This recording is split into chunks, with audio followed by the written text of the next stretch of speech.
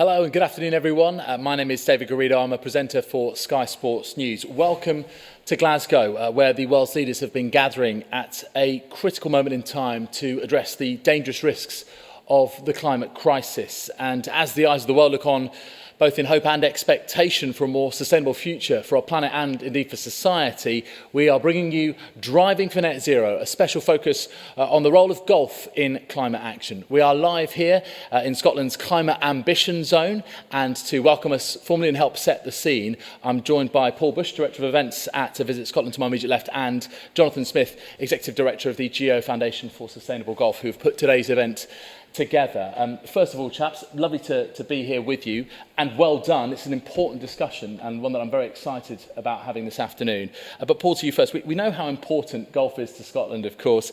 We know how important sustainability is to the planet. So what does it mean to be staging this event while COP26 is still in progress?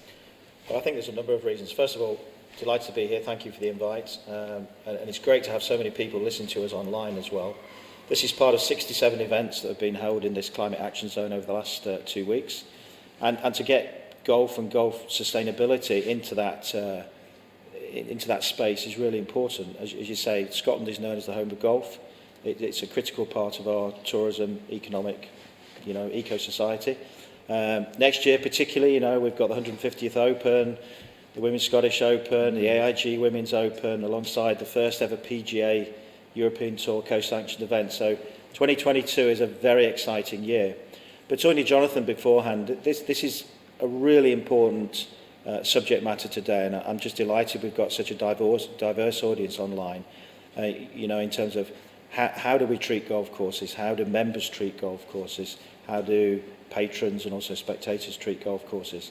And Visit Scotland have just signed up to the Glasgow Accord this last week in terms of the climate action work. So no reason why we shouldn't be here discussing this, on a world stage. Yesterday we had a session on cycling, Transport Day. There's a lot of focus on electric cars, not a lot of talk about cycling and walking. Very true. So today is about golf and golf sustainability and tourism. And this gentleman on my left probably knows it better than anybody. Jonathan, fill us in. I mean, just briefly describe for us the purpose of today's event and what you would like it to achieve.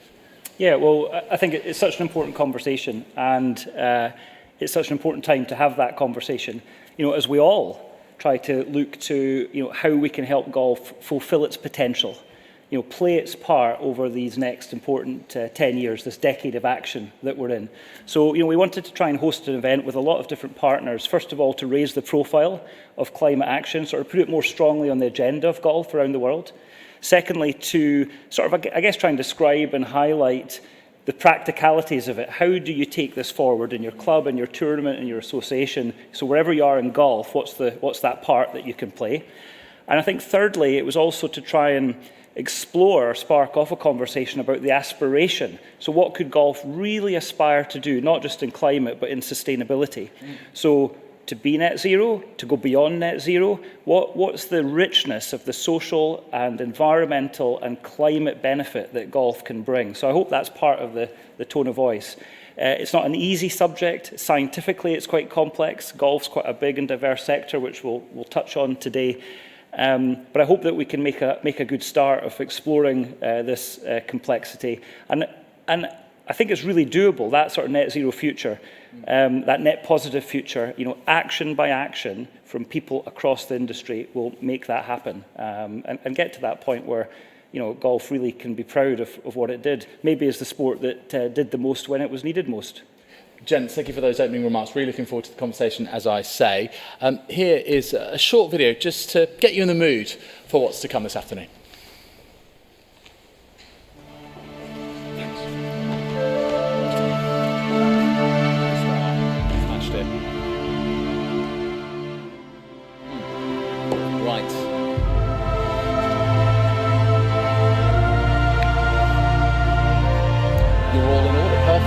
Move you around. yes, ignore that.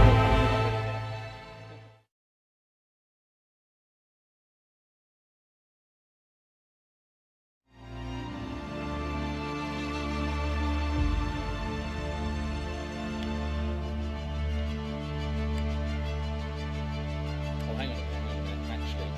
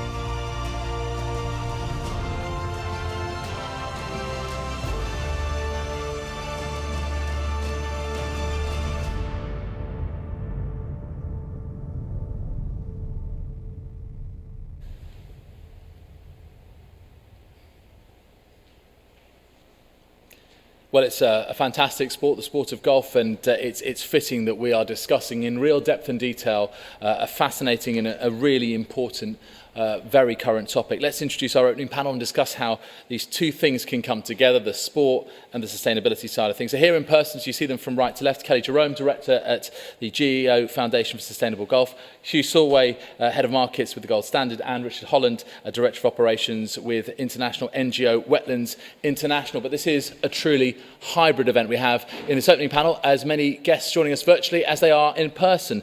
So on the line we have Julie Duffus, who is Senior Sustainability Manager at the IOC, the International Olympic Commission from Lausanne. Also Sam Barratt, Head of Advocacy and Youth at the UN Environment Programme in Nairobi.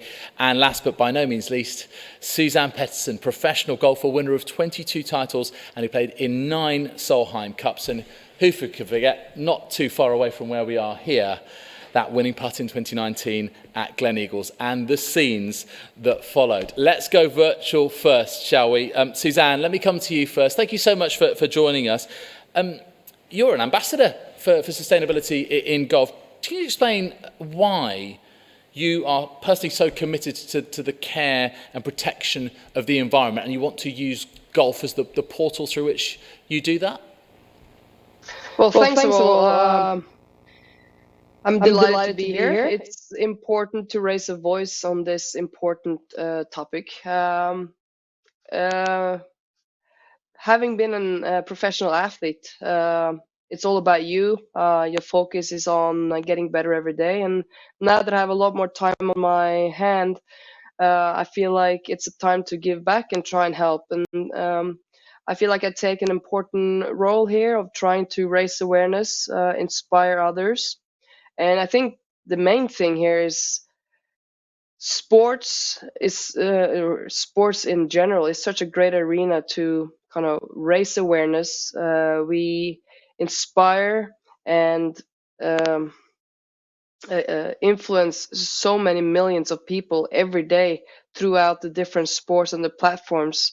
And this is just another way to kind of bring a very important topic to the agenda. And for me personally, I mean, I'm Norwegian, obviously brought up here in Oslo. Norway is quite high on the list of at least trying to do our part for a net zero society. And obviously having kids, you think about the future and all the damage that has been done. I mean, we all need to pull together here for a better, greener future for the kids. So that's kind of where it stands, and I feel like it's kind of my responsibility to take this, to be a part of this, and I'm very honored to be a GEO Sustainable Champion in this matter. And you talk about the importance of your role, but what about the importance of golf's role? Why is it so important for golf to show leadership in sustainability and climate action, Suzanne? Well, first of all, golf is a very big sport worldwide. We have a lot of members. There's a lot of people that kind of interact with the game of golf one way or the other. I mean, you have golf courses is one. You have tournaments. There are tournaments being played by professional athletes all around the world every week, literally all year round. You have the players. I'm talking about the heat and the overheating. The local communities where the tournaments take place. There's so much more to kind of take actions on, but it also shows golf has an important part to kind of help drag in the right direction here. We'll do it kicking and screaming. We will not be in any way denied what we're going to do in climate action and sustainability. Suzanne, thank you for your opening comments. Hugh, over to you now, because you're someone whose career is completely dedicated to climate action. It'd be really interesting to get your unique perspective on this. What are your thoughts on what Suzanne has told us there? And I mean, her enthusiasm to get golf at the forefront of not just climate action, but really credible climate action. There are a couple of things which Suzanne said there which I think are really important. One is this point on responsibility. And that, to me, as someone who's been working on climate action for a while, seems like something which has switched in the last few years. I think we're seeing more responsibility on the part of governments. Governments are taking responsibility, but also on the part of sports like golf and of individuals. People are really thinking about what they can do in order to get towards a net zero society and to live in a way themselves which is sustainable. And I think that's key. And I think it's important that happens at the individual level, but also that sports think about this. And I think one thing which matters a lot is that as we move towards a more sustainable society, we keep the things that are important for us as a species.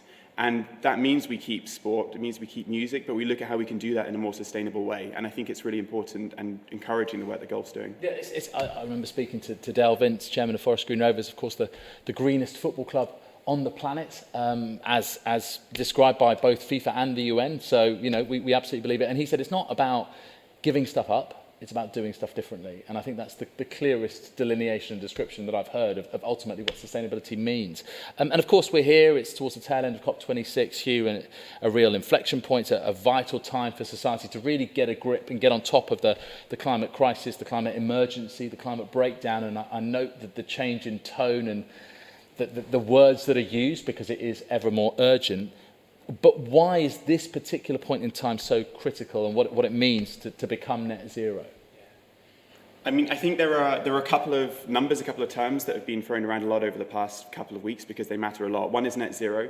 The other one is 1.5 degrees. And that's the target that was set about 6 years ago by governments in Paris when they agreed the Paris Agreement.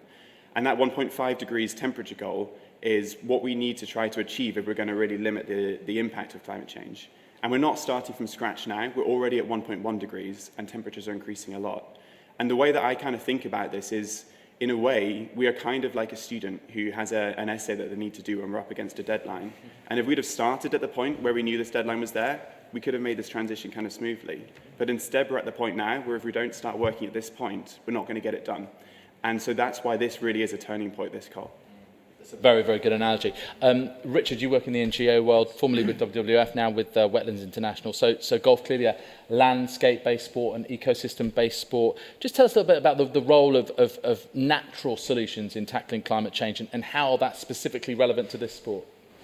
Well, I mean, I think one of the very positive things in the last 10 days of this COP is that there's been an enormous amount of discussion, not just about climate, but how climate and nature, how climate and biodiversity actually are dependent of each other. Good land management, the management of forests, wetlands, grasslands, and their restoration are what people mean when they talk about nature-based solutions for the climate. In my field of work in wetlands, peatlands are a big thing. About a third of the world's wetlands are peatlands. Of course, we know about peatlands in Scotland, but around the world, they actually store more carbon than forests, all the forests put together. So, and keeping them wet, we tend to do that in Scotland. Don't need much help with that. Keeping them wet means the carbon is stored. When they dry out or burn, it's all sent up into the atmosphere. So I'd say these nature-based solutions, if we get them right, scientists calculate, could be good for round about a third of the emissions reductions we need between now and 2050. Now, that sounds that's all very global, but actually nature-based solutions work also from the bottom up as well. So at the very local level, at the level of a golf course even. So I mean, think about in terms of adapting to the changing climate and building resilience on land, then you can think of golf courses or small green areas. They're places which receive and store water. They're sort of infiltration areas. They reduce floods when you have these very intense storms. They also provide, I mean, that's in terms of adapting. They also provide a sort of help with the microclimate, so they help to cool urban areas. So in a golf course in an urban area can be very good for the local climates, as are other parks. I'm sure people who live in London appreciate the parks. Golf courses are also important in that sense as well. They're also important for actually mitigating, for actually addressing the climate crisis in terms of good land management, which actually protects the soil and the carbon that's locked up in them, and in vegetation as well. The only downside about that for golf courses, or not the downside, the thing they have to remember is to actually be net positive in terms of land management. It means getting very close to zero in terms of use of fertilizers, very intensive in CO2, and also pesticides. Now, the good news there is that we have a system, the golf industry itself, with the help of the GEO Foundation, have created a system for golf which actually promotes that sort of good management, which actually allows individual golf courses to actually to manage the soil well, but also to reduce those impacts, and at least move in the direction, little by little, golf course by golf course, thousands of people around the world working together towards some part of, one piece of the solution puzzle, which we all need.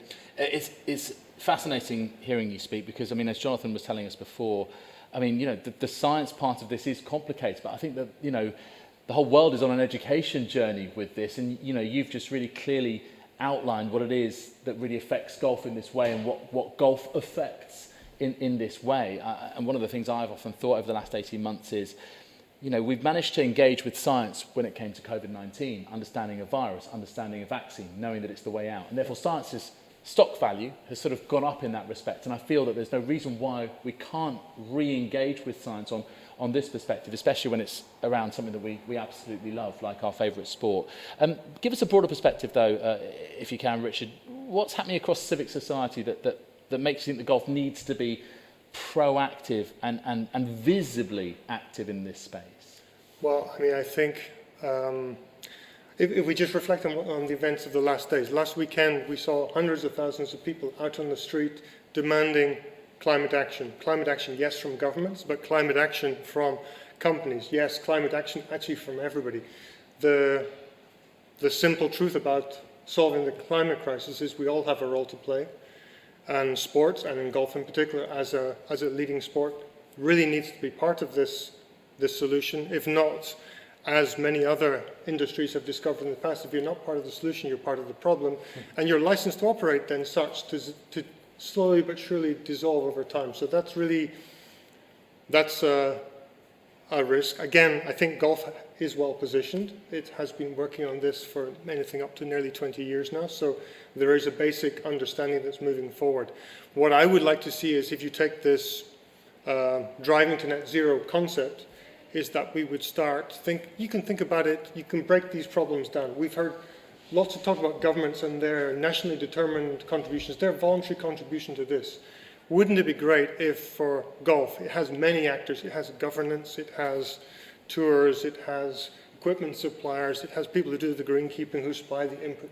I can never keep track of the number of architects, developers, but if every one of them could make their own sort of golf NDC, make their own commitment towards a zero pathway for 2050 and actually come up with a plan to deliver that, I think what we see emerging and what you can rely on, I think, from the folks at GEO is to provide a platform for that so that everyone can actually show what they're doing to get there and make their own voluntary pledge and plan to get there. It's a very aspirational thought. I love that, and maybe we get those things right. We're not just going to be driving for net zero. We'll be happily on the green in 2 putting for net zero. That's what I'd like to see.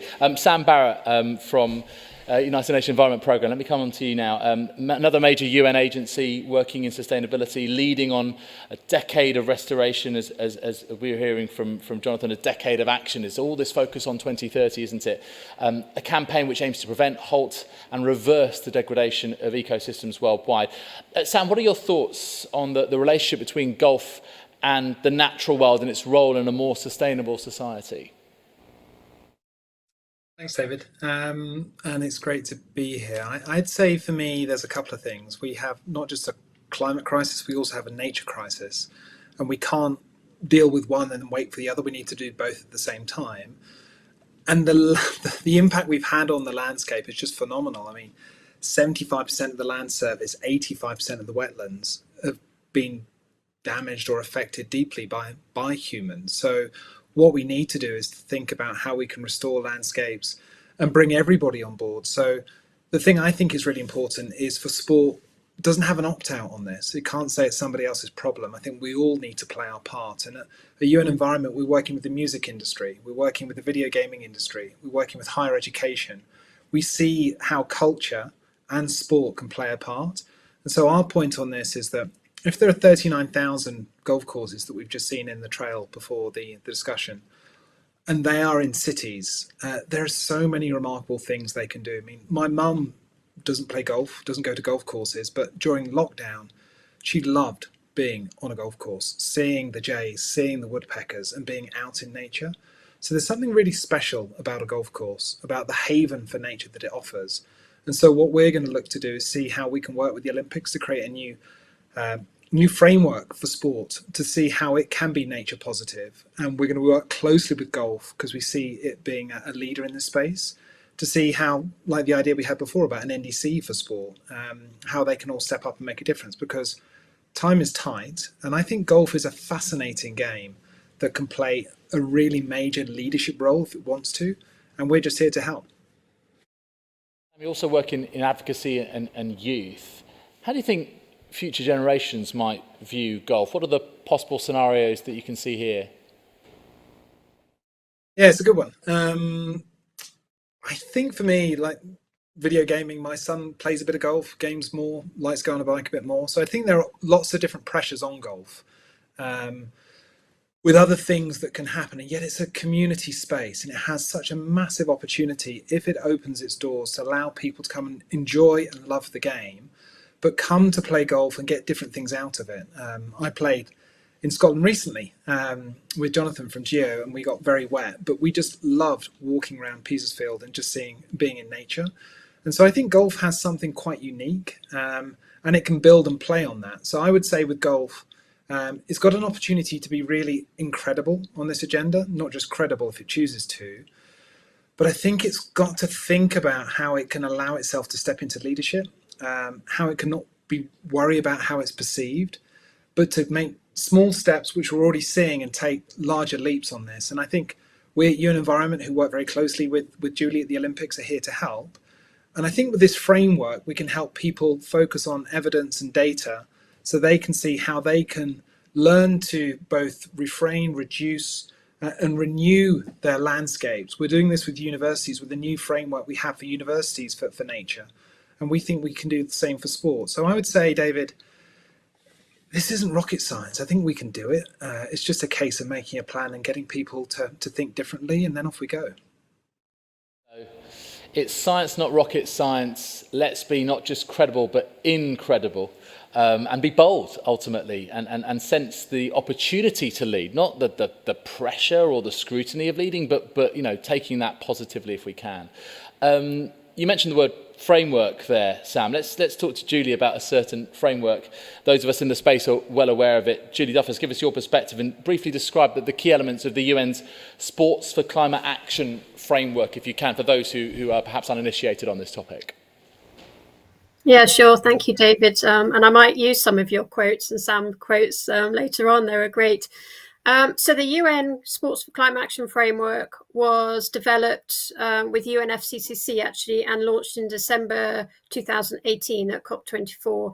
And at the time, there were only 17 sport organisations that had joined up to it. And to be honest, we weren't really too sure what we were going to do, but we had this vision and this hope that we could bring sport together to really achieve a way forward for the global sports community to combat climate change, and use sport as a unifying tool as well to drive climate awareness and action among global citizens. So that was our overall aim. And since then, actually, last week at COP, we have been working since 2018 on an action plan. And last week we launched the new targets, which is 50% reduction on scopes 1, 2 and 3 by 2030, which we have signed up to, and then the net zero by 2040. So there are a lot of challenges ahead of us for this, especially with sport, which relies quite heavily on the scope 3 emissions. But I think all now 300 sport organisations that have signed up to this have this real belief that sport can be part of the solution, and golf definitely are high up there on the solutions that we have heard so far. So yeah, exciting times ahead, I think, for sport. He is, and I remember speaking to a couple of people about this in the week, and I was reflecting on the opening sort of phase of the UN Sports for Climate Action Framework, and obviously it's the entry point. You want to get plenty of people on the journey, but then what's phase 2? Well, you announced it over the course of this COP. We'll be fascinated to see how that plays out, and indeed whether signatories can help each other. Not everyone is a Forest Green Rovers, but it's really great that they're showing the ambition and now to be held to those targets that they've pledged to achieve. So we hope that they really go for it in that sense. What about the ISC? You've got your own climate strategy. What are the hallmarks of that, Julie?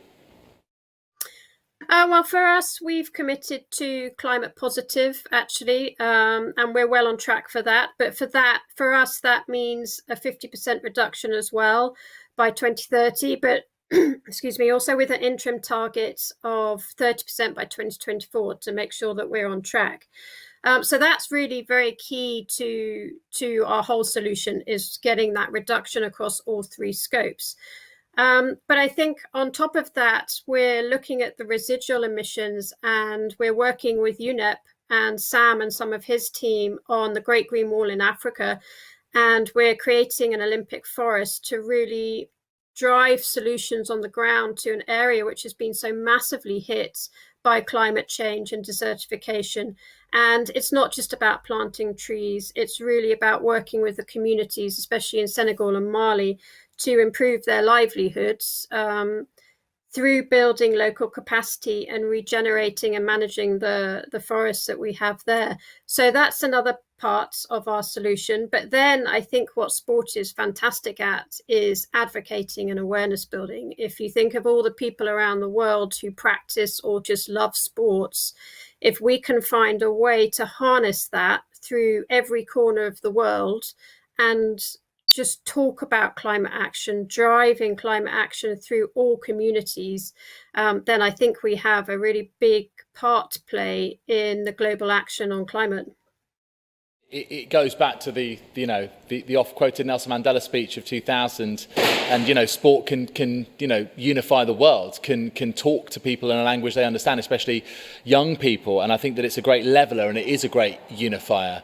What about the power of the athlete voice? Obviously, we've got Suzanne Petterson with us, and earlier during COP26, I worked very closely with Hannah Mills, who I know you know very well, and the fantastic Dear Leaders of the World video, which was released on Monday, the first Monday of COP. What role can athletes like Suzanne and indeed Hannah play? I think they have a massive role. I mean, if I go out on my social media and say to everyone, hey, take action in climate change, I might have about 5 likes if I'm lucky. But if we've got athletes who so many people around the world admire and look to as a point of direction, if we get them talking about it, get them sharing what actions every person around the globe can take, then we're reaching massive audiences. And Hannah and I came together a few weeks before COP, actually, and we're speaking about creating this video.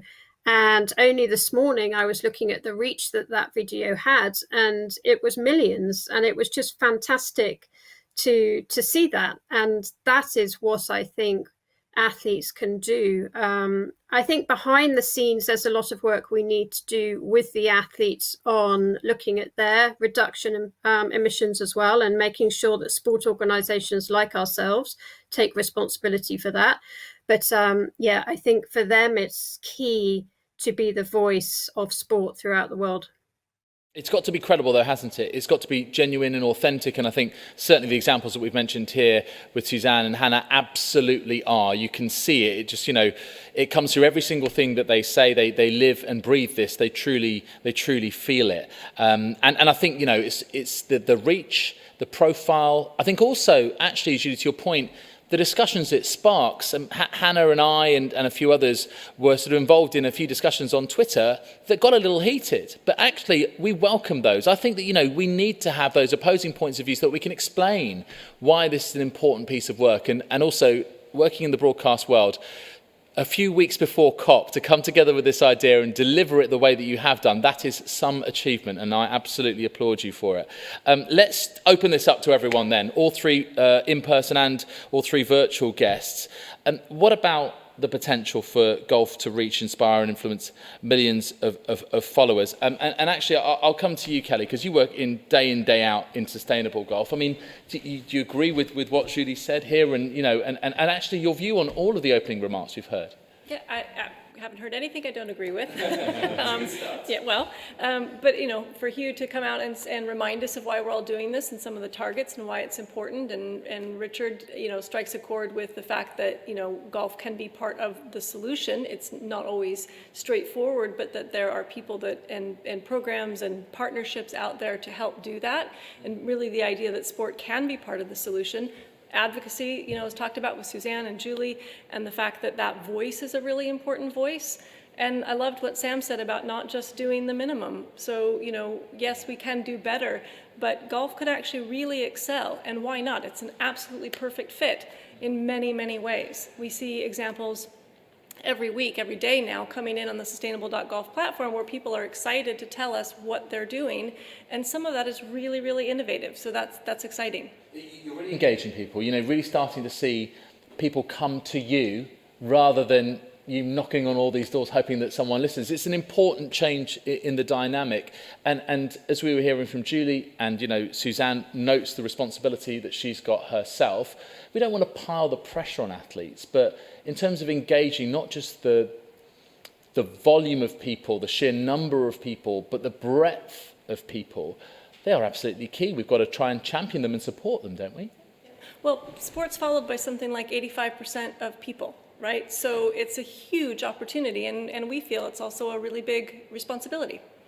Sam, if I could sort of come back to you.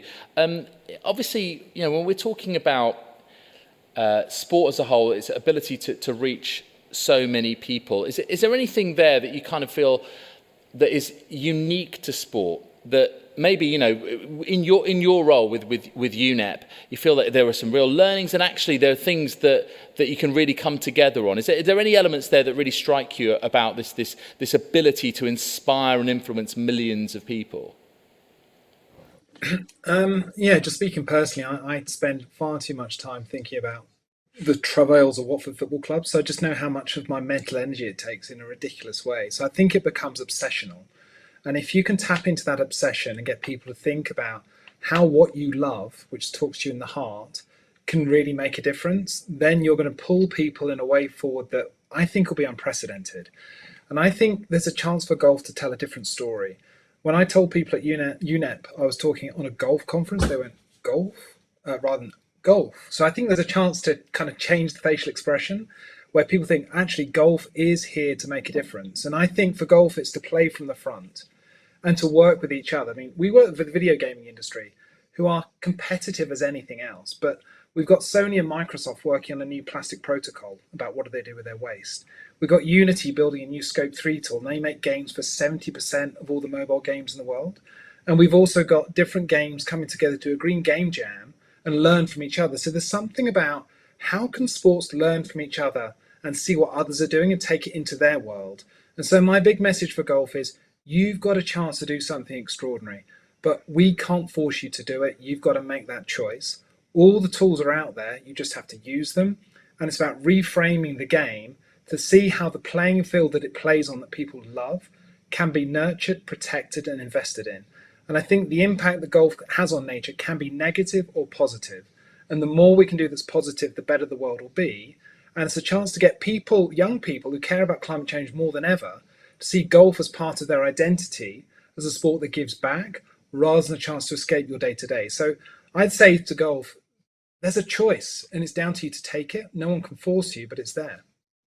Yeah, and sort of, I suppose you're taking a leaf there, Sam, from Julie's, UN Sports for Climate Action Framework book about sports learning from each other. It's one of the precise reasons why this framework was set up in the first place, that those who are further down the track maybe pass on that knowledge to others and help everyone along and get them at that open end of the funnel as well. Get them on the journey, and then you've got the real sheer force of numbers there to really help.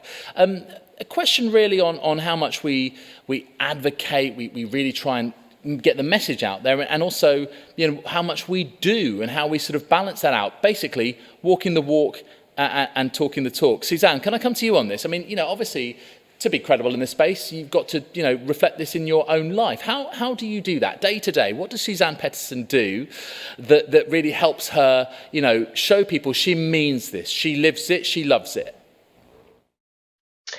Well, I think as an athlete, we have a very specific mindset. And in every problem or issue that comes across every day, we find solutions. And I think it's the same mindset you want to look at in this aspect. You find solutions instead of being the problem. You want to kind of take the opportunity to do something better. In my daily life here in Norway, we have biothermal heating, for example, in our house.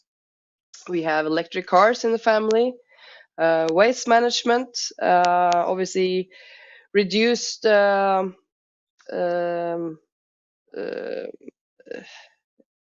do you call waste management as well, recycling. There's a lot in our everyday life, and I think it has been said before, but it's easy to tell people to do this, but you have to make people own it. If you own it from your own heart, it's the same if you set high goals. If you've been told to set high goals, you don't believe in it, it's a big difference. If you believe in it, you'll take actions. And like I'm trying to say when I meet people, yes, it's a common goal for all of us to get together and do an effort, but it starts with each and every one of us taking small steps every day. So I actually look at this as the way I try to become the best golfer in the world. You have to take small steps every day to become someone better for tomorrow. So that's just parts of our Norwegian life here. And I feel like we can be great ambassadors in that way. Listen, the country in which you live obviously is already very sustainably minded. And what you've described there is part of talking the talk, I guess, in that it's so normal to you, you have normalized that conversation.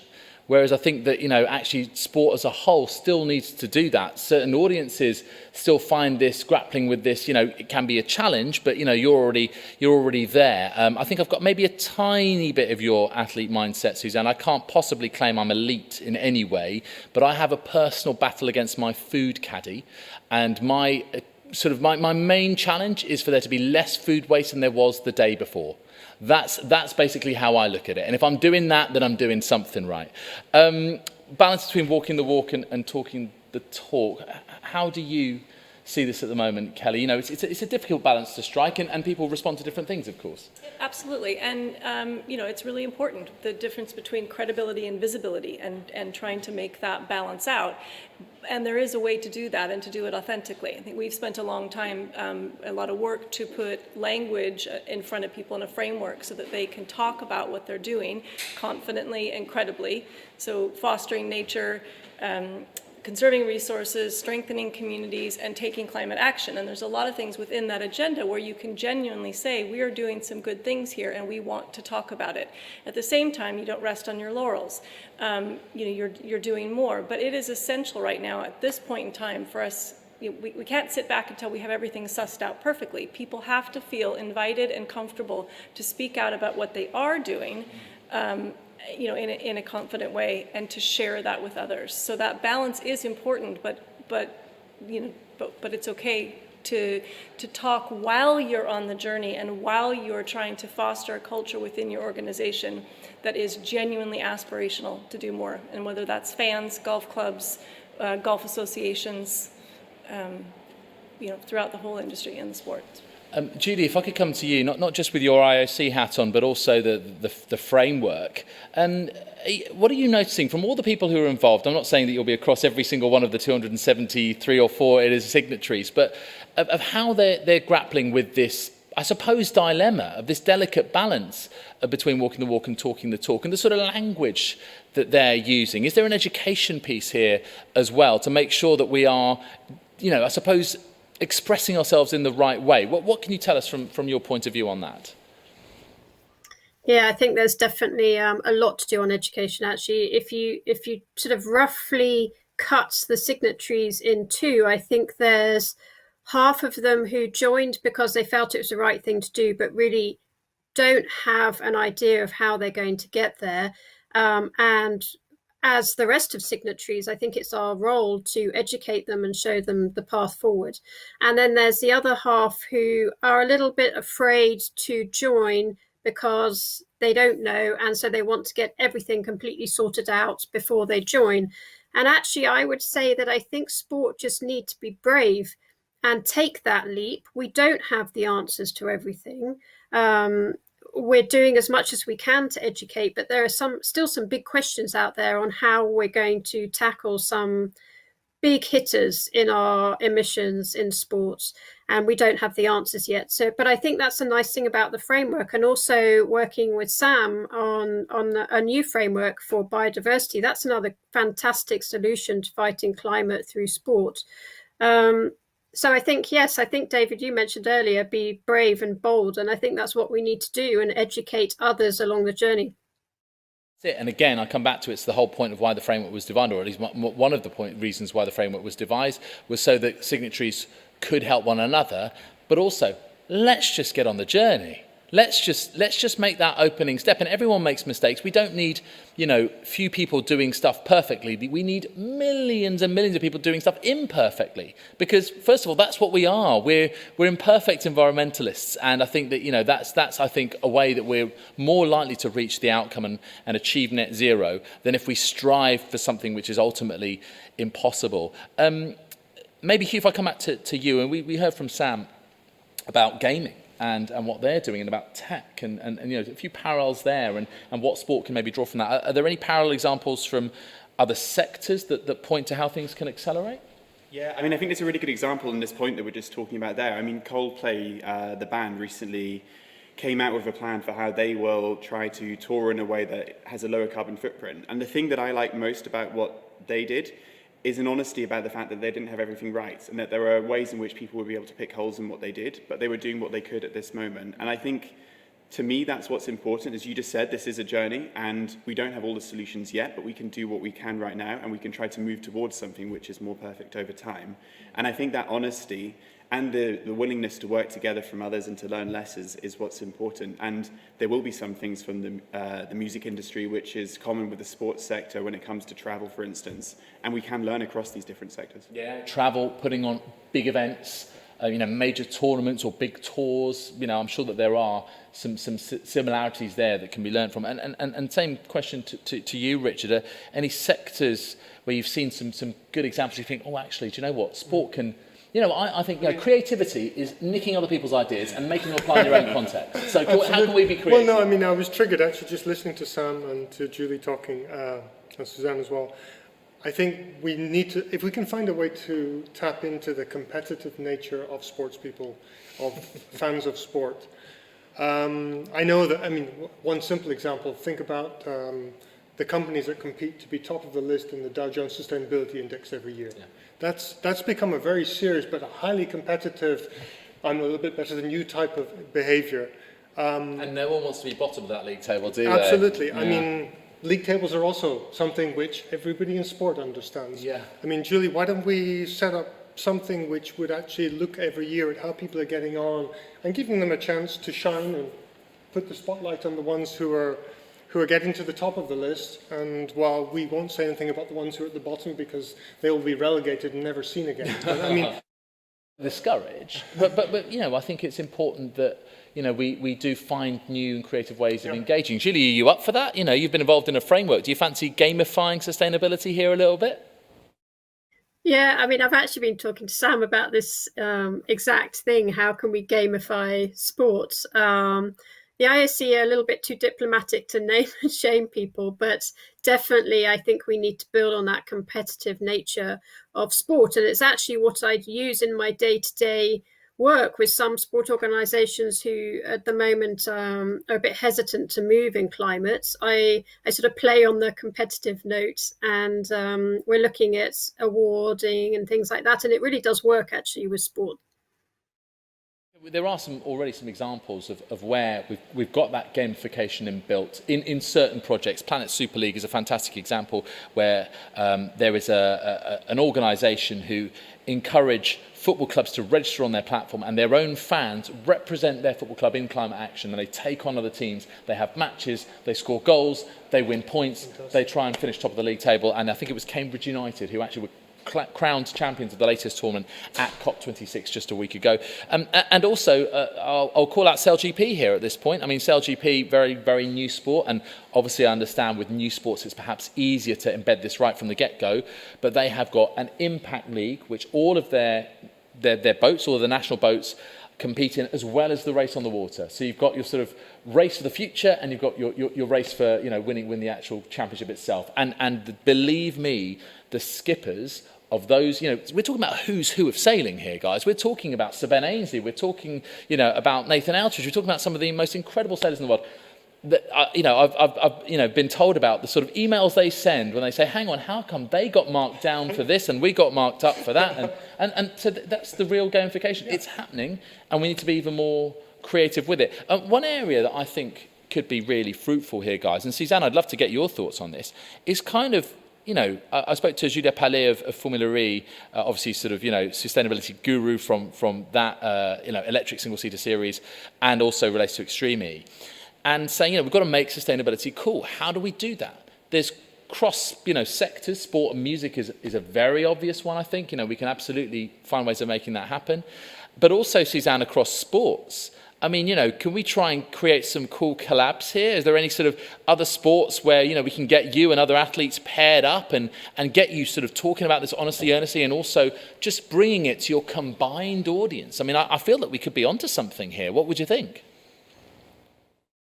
Definitely a great idea. I haven't really thought about it, but I mean, together you stand stronger than by yourself. So I love the idea of kind of teaming up across maybe different sports and maybe some competitive gaming, some kind of sort. I don't know. But I think a lot of it has to also to do with education, and from a personal standpoint, I must admit, I mean, we're not perfect. I keep learning every day about sustainability. What can we do? What can we do less of? It's a very massive topic, and I think that kind of fumbles people before they even get started. So for me, I would love to see maybe an educational part where people get engaged and start learning and take ownership of the knowledge. I think then you might be able to see people be more engaged across the different sports. As we discussed before, we're talking about science. Not everyone is engaged with science, and for some people it's difficult to grasp. But you know, there's no reason why we can't narrow that knowledge gap, and there's no reason why we can't use the power of sport to help narrow that knowledge gap. And then you get people understanding and wanting to stand for it. Only last week, I was speaking to Dominic Thiem, the US Open champion of tennis of 2020, and he is now really pronouncing himself for climate. But he's admitted that, you know, it's not like he's always known about this. It's not like he's always been engaged in this. And now, you know, he's really representing, working with, you know, your former allies with WWF, you know, working with other NGOs, working with Adidas and Parley for the Ocean. So I think you're right, Suzanne. It's absolutely a crucial part of this. It's got to be embedded in some way, shape, or form. One final question. I'll kind of go round the group. I'm going to give you maximum a minute, so you're on the clock for this. For each of you to give me your answer to this. Sam Barratt, if you had to come up with one thing you'd ask golf to do or not to do in the future, what would it be and why? One thing to do, I'd say, let's get on with it. But think creatively. So when you go to a golf course, why can't you have a beehive on the 9th? Why can't you celebrate all the birds and species you have on your course that enjoy the same landscape that you play on? Why can't you get school kids to come and spend time there, either restoring the landscape or putting trees back in? And why can't you think quite carefully about what pesticides and insecticides you need or don't need and go as neutral as possible, as fast as possible? So for me, change happens about talking about the future in a way that inspires you. So let's talk about what you can do rather than what you can't do. And if you think exponentially, if we got, say, 20% of the world's golf courses to do the right thing, it then becomes a normative approach that everyone has to follow, otherwise they're left behind. So if there are 39,000 golf courses in the world, let's get 60-odd thousand to do the right thing and get them fast, and then just make golf the greenest sport in the world. I think that's the opportunity, that's the challenge. Take it. The greenest sport in the world, that is something to aspire to. Richard Holland, one thing for golf to do or not to do, and not to do, what would that be and why? I would say on the what to do is certainly ignore what's going on with the governments and just get, as an industry, organized and get on your own pathways to zero, as we already talked about today. If there's one thing not to do, I would say be careful now who is sponsoring your sport. And I think this also goes wider for Julie and the rest of the industry. Are your sponsors, your corporate sponsors, aligned with your zero carbon pathways or not? And think about phasing out those that are not, and thinking about welcoming and encouraging those that are. We've been here before with tobacco, haven't we? So, you know, I wonder if we've reached this point now with let's say, carbon-heavy companies. Carbon-heavy companies, I think, are moving down that dinosaur sort of pathway. Okay. Right, Suzanne Petterson, you are up next. One thing for golf to do, your sport. People will be listening and hanging on your every word here, Suzanne. One thing to do, one thing not to do. I would love to see all professional golf tournaments become GEO certified, which means, say, zero waste management, food management. You have like all tournaments run by green energy. We are on TV every week. We reach a tremendous amount of millions of audience everywhere. So, I mean, we have the platform. So I think that should be our main goal. Make every golf tournament. LPGA has the Dow GLBI GEO certified. It was the first LPGA female golf tournament to reach that. On the PGA, you have Waste Management in Phoenix. Two great role models for the other ones behind to step it up and make a difference. Why do they, why should be the only ones to have that exclusivity? Exclusivity doesn't win us this race. You need to really expand it. So if they can do it, as you say, the shop window is only getting bigger with, the LET, the LPGA, and obviously, the European Tour and PGA Tours. Julie, over to you. One thing for golf to do or not to do, or indeed both? Well, all of the things that I was going to say, geo-certified, enhancing biodiversity, have been said already. So I'm going to say be even more creative and look at actually how golf courses, especially in urban landscapes, can actually be the solution to adapting to climate change for that whole urban area. So why not could a golf course actually be part of the solution for flooding, for example? But I think the key one for me is the biodiversity and the inclusivity and the engagement with the local communities. What not to do, I think, is to, and I've seen this previously before, is stripping the natural areas of their natural biodiversity, whether that's fauna or flora. I think that's my one big not to do. Keep it local species and just really work hard to enhance the wildlife that is within the region and be proud of it. Thank you for that, Julie. Okay, we're getting to our last two guests. So either things have been said already you really want to say, or you're going to come up with those absolute gold solutions. So, representing Gold Standard, Hugh Salway, what are you saying?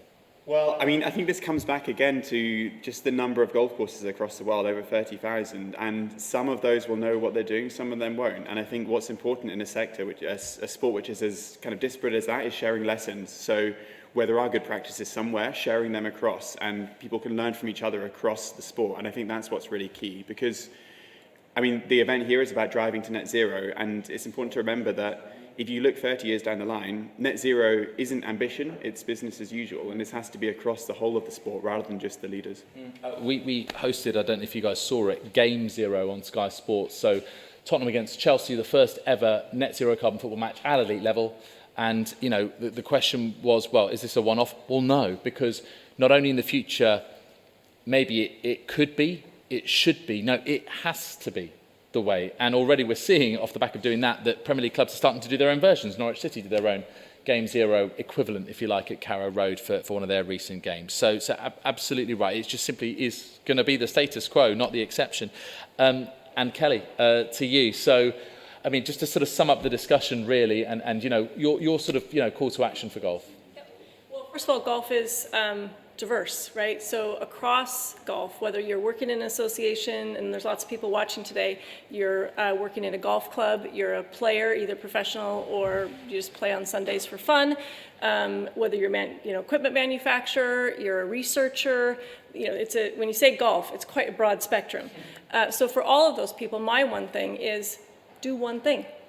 So do one thing, get started, tell other people about that, and then that inspires them and you to do even more. And that's really, at this point in time, what we need to do as quickly as possible. Fantastic.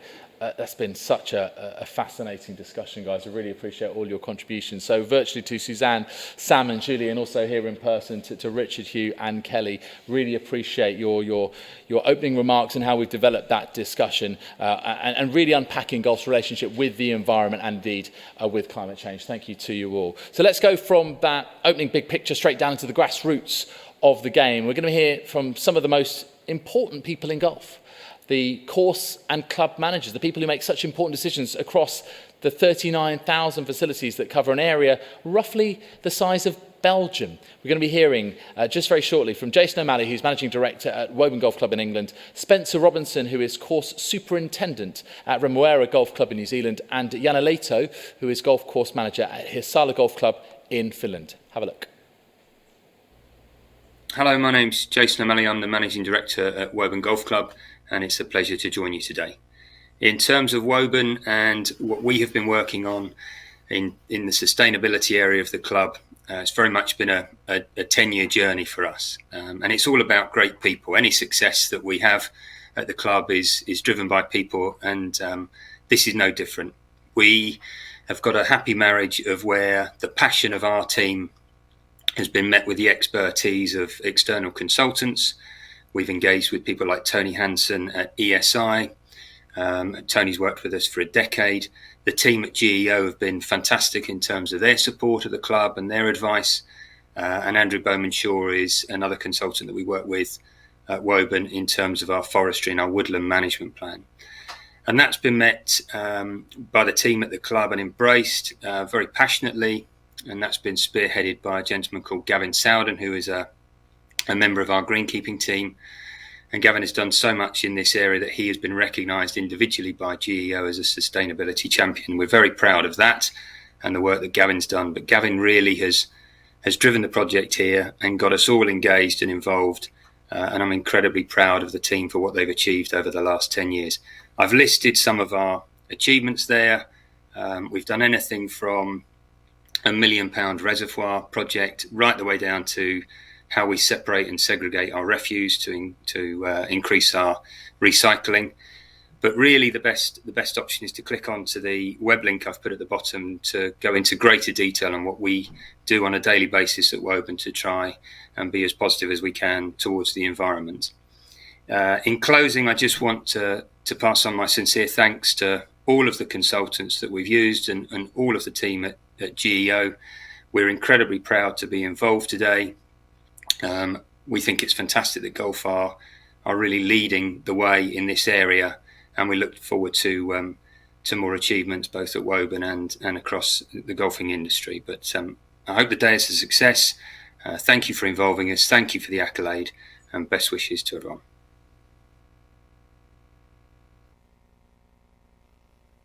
Kia ora and welcome from Remuera Golf Club in Auckland, New Zealand.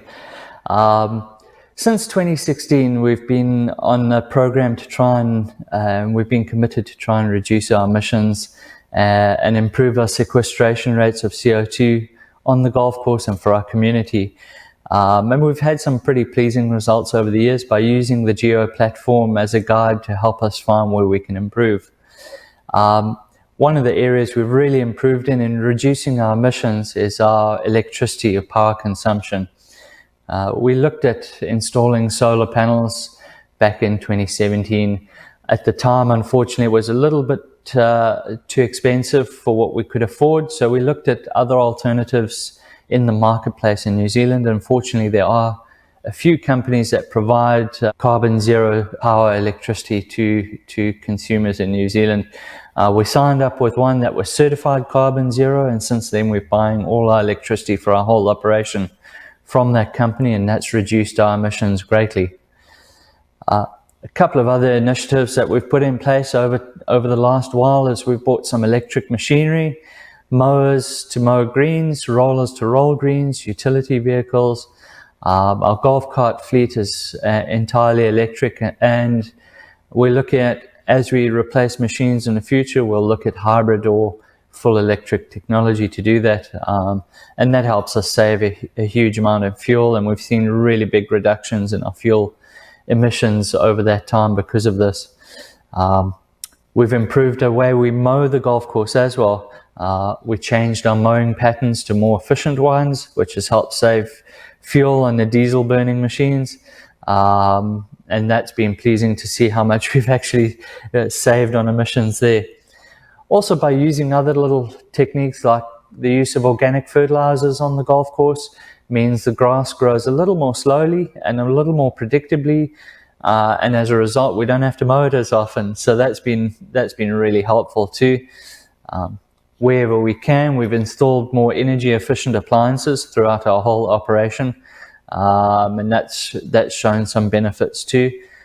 And then in the future, we're looking at potentially switching over to biodiesel. They've just started to manufacture biodiesel in New Zealand, and as soon as that's available, we'll be using that with our diesel machinery, and that'll help reduce emissions even further. And then obviously, with COVID at the moment, unfortunately, travel is not as easy as it used to be. But back in 2018 and 2019, we realized that our emissions through travel, either domestically or internationally, was quite high. And we've made a conscious effort in those years and since then to reduce that. As well as going forward, we'll definitely consider our travel options more carefully to help reduce emissions. To offset all of that, obviously, sequestration is a big part of what we can do to improve our environment for everyone. We know golf courses are the lungs of a city. We're in the middle of a city here in Auckland, and we've got a huge opportunity to sequester a lot of carbon. And it's been pleasing to see over the last few years that we've been able to sequester more and more. We've also been planting a lot of trees. That's the big one, is to plant trees. We've been planting trees steadily as we go, but over the last year or so, that's really increased. And most recently, we've just planted 200 native trees in a really good area. That's good for the golfers, but also helps create habitat for our native birds here in New Zealand, which are really special. So that's a nice little benefit of planting more trees. And by using all of these measures, we've seen that we sequester about 178 tons of CO2 per year on our golf course, and we're slowly increasing that number, which is quite exciting. And overall we have some really nice results, and we're looking forward to improving in the future. Thank you. Hello everybody. My name is Janne Lehto. I'm a course manager at Hirsala Golf Finland, and this is our story for driving for net zero. So a little bit about Hirsala Golf. We were the first golf club in Finland to be GEO certified in 2010 and have achieved the certification 4 times now. We're really committed to sustainability and environment in our strategy, and we see that as a center of our operation. We also won environment award granted by Finnish Golf Federation twice in that period the course has been open. One of the approaches we have is naturalizing rough areas and getting more natural areas inside our previously high maintained areas. So we increasing wildflower meadows, letting our roughs grow a bit thicker or longer, not cutting them anymore. And over the couple of years, I think we've changed over 25% of the high maintenance areas into more natural areas. One of the big things we did this year was changing into renewable diesel, which we're now using in all our greenkeeping machines. And it's cutting 90% of the carbon footprint compared to the fossil fuels. It's actually a Finnish invention, this one, the Neste My Diesel. Then one big thing we also did this year was investing into automated mowers. So we made a partnership with Husqvarna and bought 20 robotic mowers to cover all our green surrounds. We got the ball picker for a driving range, so we can get rid of some of the hours and machinery or the diesel use on those areas as well. And I could say we've cut already this year like 1,000 liters of diesel fuel on the golf course that we used previously. Some of the auto mowers are actually set up to work with solar panels. So on the hard to reach areas of the course where we can't get an electric network straight away, we installed some solar panels which connect to a battery, which is connected to the charging station of the auto mower. And then the next step also is to install more solar panels on the clubhouse roof to generate more on the site and not to be so dependent on the boating energy. Then more into the maintenance of our buildings and infrastructure. We changed all our LED bulbs on the clubhouse, and in the maintenance shed all the bulbs into LED bulbs. So that's also cutting costs by huge amount of emissions and electricity use. Another thing we did this year was installing 9 charging stations for electric cars for the players. The spots are obviously the best spots in the clubhouse parking area. So we try to promote use of electric cars, and that's one of the things in our strategy to promote those players that use electric cars and change also our customers' kind of behavior. Then for next year, all the grid energy bought in to the clubhouse, or whether it's the pumping station or whatever, so we are committed to changing it to green grid energy. So that deal has been made already, and I think that's one of the massive things we saw that we need to change if we wanna reach that net zero goal.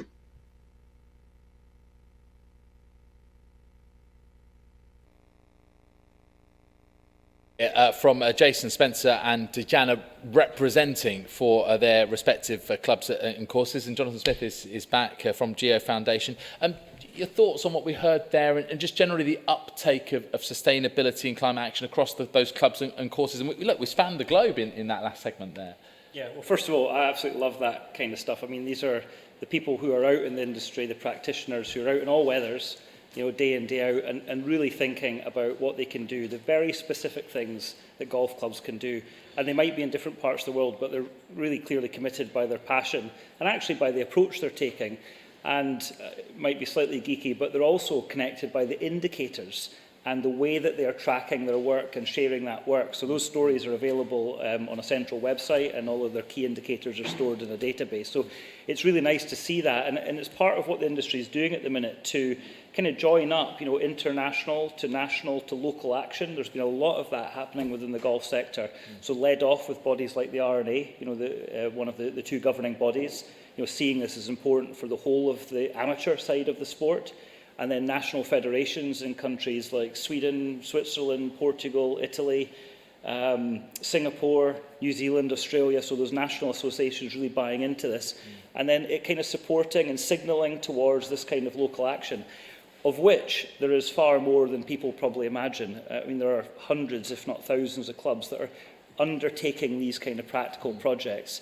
I think the big question sparked off earlier on is how do we scale this so that it's built even more strongly into the DNA of clubs but many, many more clubs. But really, really great to see that kind of local action. It just goes to show, there's only one downside of rewilding at Salway, which is that you might end up with a trickier shot to play if you land in that rough. But it gives you that, that real kind of drive to make sure you get that shot on the fairway, and you can at the same time appreciate what they're doing in and around the course. And like we discussed before with our opening panel, just the opportunities there. And it really shows when you drill down into the detail of what these guys are doing, and the fact that, you've got this centrally stored, but it can be shared, it can be passed on, and it can go down the pyramid and bring people on the journey, as we discussed earlier. Right, let's show you another short video now, showing off some of the real kind of highlights, sustainable golf and climate. Have a look.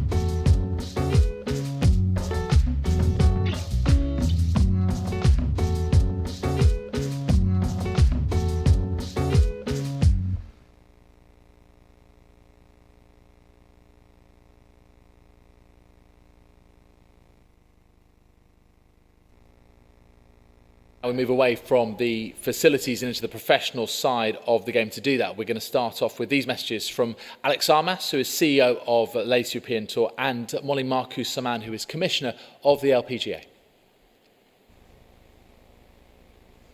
Hello, my name is Alexandra Armas, CEO of the Ladies European Tour.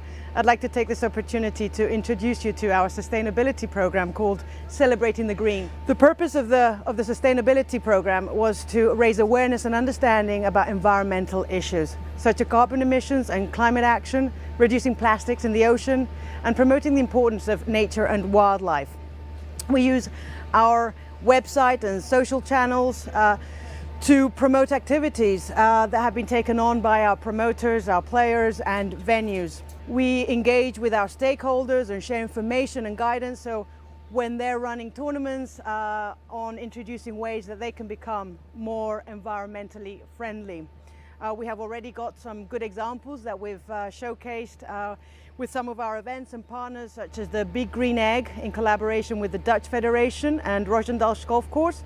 The golf course is GEO certified and uses no chemicals in its maintenance, and I can assure you that it was one of the most beautiful and well-conditioned golf courses that we have played all season. At the Trust Golf Women's Scottish Open, we did a beach clean with Ocean Tea, another one of our partners, and finally a lot of our other events have introduced the removal of plastic water bottles and using refillable bottles instead. We work very closely with the GEO Foundation to provide these tools for events so they can introduce whether it's large changes or small changes, but a move in the right direction to become a lot more environmentally friendly, and not just in golf, but hopefully a wider message around life. We educate our players how to become role models and promote more sustainability programs. We hosted a webinar to raise awareness but also educate our players, and we have 2 ambassadors of the GEO Foundation in Camille Chevalier from France and Suzanne Pettison from Norway. I think internally we try as much as possible to also live by these guidance, but when we're not traveling we do have a hybrid working set up that we do work from home and avoid travel whenever possible and use the technologies to do meetings remotely. We have an education program internally. We are reducing paper as much as possible and using new technologies to allow us to run tournaments more effectively. So I just invite you to visit our website, theladyeuropeantour.com, and follow us and the stories of our partners as we become more environmentally friendly and sustainable going forward. Over the last 12 months, the LPGA has been working hard to develop a new sustainability strategy. We have been working with many of our committed partners to determine what role we can play and need to play. We have also started to engage people across our community to find out more about their hopes and expectations for the future and the action that is already underway. All of this work builds on our significant investment in and commitment to diversity, equity, and inclusion. The LPGA has been a leader in providing opportunity for women from all backgrounds from all over the world for over 71 years. Now, we would like to combine all of our strands of social and environmental responsibility, including climate action, into a comprehensive and connected effort. In doing so, we want to make sure our plan aligns closely with our valued partners, local governments, and the great work of our friends and partners at the Ladies European Tour. Together, I'm confident the women's golf community can fulfill our responsibility and help drive sustainability more globally. We take this responsibility and, frankly, this important opportunity very seriously. It is central to how the LPGA operates as a socially responsible business that delivers value for communities and respects the environment we all depend upon. To hear of not just the awareness, but the commitment from those 2 tours, you know, the biggest bodies there are in women's golf, particularly how that they are working together to align their efforts. And very much, I think we heard this from our opening panel, and it's very much about the whole is greater than the sum of the parts, and that's how we tackle this, and it's great to see that in women's golf. Really looking forward to see how those initiatives, those strategies roll out and scale up in the months and years to come. We're going to stay in the shop window, and Suzanne Pettison mentioned this before, you know, we're on TV every single week, and with all of the tours that are involved, there are so many opportunities to really push this message home. We're talking about the world of tournaments. I'm delighted to be joined on stage by Philip Russell, who is Assistant Director of Sustainability at the RNA and the lead on the Women's Open Green Links initiatives. And we're also joined all the way from Arizona by Lee Spivak, who is Managing Principal of WM Sports and Entertainment Team, working on the WM Phoenix Open. As we know, it's the greenest show on grass, plus advising a growing number of other professional events in North America. Lee, I know you and I have spoken before. It's great to be connected with you once again. Philip, here in person, I'm going to start off with you first. Can you just give us a brief overview of the RNA's perspective on the kinds of challenges and risks that climate change presents to golf around the world? We've talked a lot about positive climate action, but, you know, admittedly, there is jeopardy in this tale too, isn't there? Yeah, no, absolutely, and I give a bit of an overview. So to start with, the sustainability topic sits right at the heart of our strategy, so we're absolutely committed to it. And our purpose as an organisation, as we define it, is to make golf more accessible, inclusive, appealing, and to ensure it's thriving 50 years from now. So that's obviously a very long-term perspective. So we're really thinking about the resilience of the sport and what we need to do now to make sure it's safe and it's secure for the generations to come. So then when we look at climate change, we know obviously the climate is changing, and we have to think about what we can do in terms of making our golf courses more resilient, make sure that we are adjusting our management regimes, and really taking that long-term perspective on where things are going, how regulation is changing. We're seeing a lot of different occurrences in golf courses in terms of weather patterns, more extreme weather events. So, these are affecting how we do things on the ground at individual courses. So we're very committed to making sure that we're providing strong leadership, raising awareness. We are investing in projects and programs to help disseminate some of these steps that can be taken, and then using our voice across the sport around the world to try and help this transition process. We heard from Alex and Molly in those messages earlier on about what those bodies are doing, what the tours are doing, the big tours in women's golf. But you host the oldest of the men's majors, the Open, and the women's Open as well. So let's give you an opportunity to really kind of walk your talk here as well, Philip. What sorts of actions are you undertaking in terms of reducing the emissions of those events? Yeah, and I think when we look at it from our own perspective, we're a governing body everywhere in the world outside the US and Mexico, but we are also a major event organizer. So that gives us quite an interesting interplay in terms of, and what I spoke about a minute ago, the education side, raising awareness, but we also, of course, want to walk the talk. And our events, the Open in particular, is the opportunity for us to do that. So back in 2016, we put in place a project called Green Links, which you mentioned. We worked very closely with the GEO Foundation on the design of that. And essentially a program for us to reduce the environmental impact while maximizing the positive benefits of staging golf's oldest major. So over the years, some of the work streams we've tackled via Green Links, single-use plastic. We were one of the first major sporting events in the world to completely eliminate single-use plastic water bottles from the event. We've done a lot recently in terms of decarbonizing on-site our temporary power supply, moving away from some of those older, dirty technologies. So we didn't burn any red diesel, for example, during the week of the Open this year, Royal St George's. We've seen it mentioned already, but we also made use of HVO, hydrotreated vegetable oil. We're bringing in renewables, so we had a solar installation on site. We're bringing in battery storage. We've been working with one of our official patrons, Mercedes-Benz, to bring fully electric, zero-emission vehicles into the fleet. And I should say it's obviously an enormous infrastructure operation, something the size of the Open, and it isn't easy to change these things quickly. But we're looking long-term, and we're looking at, and it's also been mentioned today, some of the steps that we can take now. What can we do? So a big focus on collaboration, working with our partners, working with our contractors. We know this is a very important work stream, and we know that sport has this amazing global platform and voice to raise awareness. And to give the example of the Open, we've got a potential reach across all of our channels of over 500 million households. So it's a lot of people to talk to.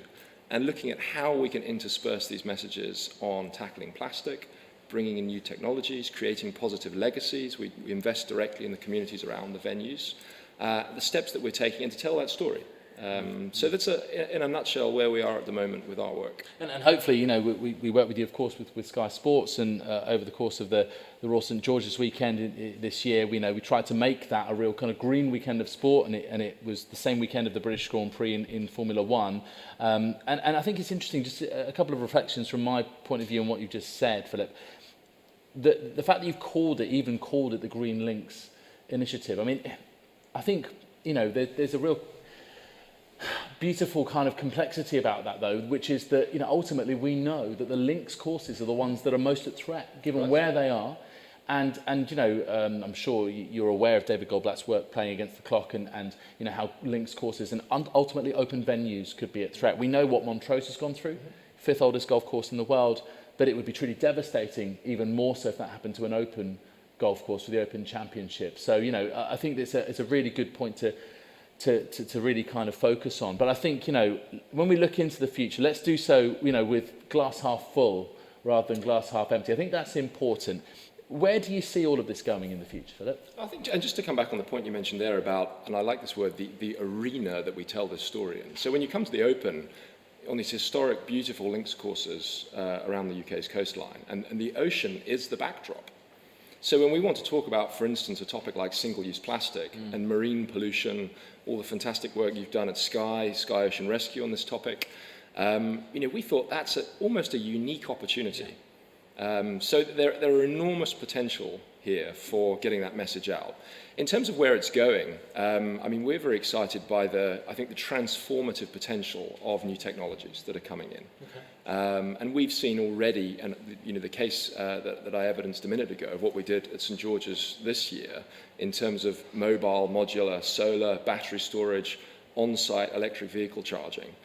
10 years ago, these weren't things that were really on the radar, but the technologies are changing so fast. So we're doing a lot of work to stay abreast of what's coming out, working with our partners to make sure that we're all looking at this with a creative mindset. How can we make it work? Engaging across the private and the public sector. We work very closely with the local authorities, with the host venues. This is a topic that's on everyone's agenda at the minute, as we know it. We're here, COP26 is taking place in Glasgow. The eyes of the world are looking on this topic. So I think the roadmap ahead is exciting. It's uncertain as well in terms of what it's going to look like, but we want to embrace it, with an attitude of positivity and innovation. I mean, you're saying that, one of the reasons that you exist, part of your ethos, your DNA, is making sure this sport is not just still around in 50 years' time, but is thriving. So if that's the kind of range of the crystal ball, then, Philip, let's go a little where the picture hopefully will be a little sharper in focus, which is only, so let's say, now 9 years away, almost 8 years away in 2030. Hopefully we will have sustainable tournaments by then in golf. What does that look like? What's your sort of take on that? Well, we absolutely, the key one that we're working on at the minute is our temporary power supply. Because ultimately, you're bringing together not far off 250,000 people together in a greenfield site. And these venues, all of this infrastructure that's got to go up in terms of grandstands, marquees, that's temporary. So we have to find ways to structure those solutions, provide power in a way that has a lower environmental impact than what's been used in the past. So I think that's going to be one of the key work streams, and it is a key work stream for us. But coupled with that, just want to touch on legacy, because there's a lot of discussion, obviously, about the impact and about the emissions. But also when we think about sport and major events, they're very powerful catalysts for what can be inward investment, transformative investment. So we have every year, again, we put our money where our mouth is on this. We have an open legacy fund. So at the minute, it's a £100,000 direct investment into the local community, into sustainability projects. They don't have to be connected to golf. So we encourage the local community to engage with us and think about projects that have maybe been struggling to get off the ground, things that we can help boost. So when that championship concludes and we leave, we move on to onto the next venue, we leave behind a positive legacy. So we're telling a good story, we're engaging with those communities, we're creating value. And as we know, this isn't just about emissions. This is about nature, it's about people, it's about tourism, it's about learning and education. And we're very much looking at this through that quite wide open lens. So the 2030 timeline, I think there's going to be a lot of great stuff happening. We're excited about it, a lot of great opportunities, and what a platform to tell the story. So we've gone 2071 in terms of, the kind of ultimate gaze of the RNA.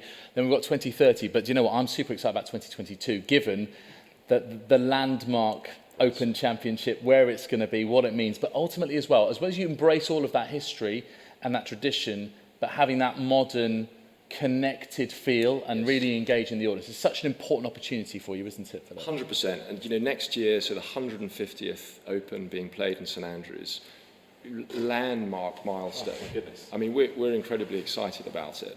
But also, when you look at St Andrews there, the home of golf, and some of the world-leading research that's happening at the University of St Andrews, who we work very closely with St Andrews Links Trust, who will host this amazing event.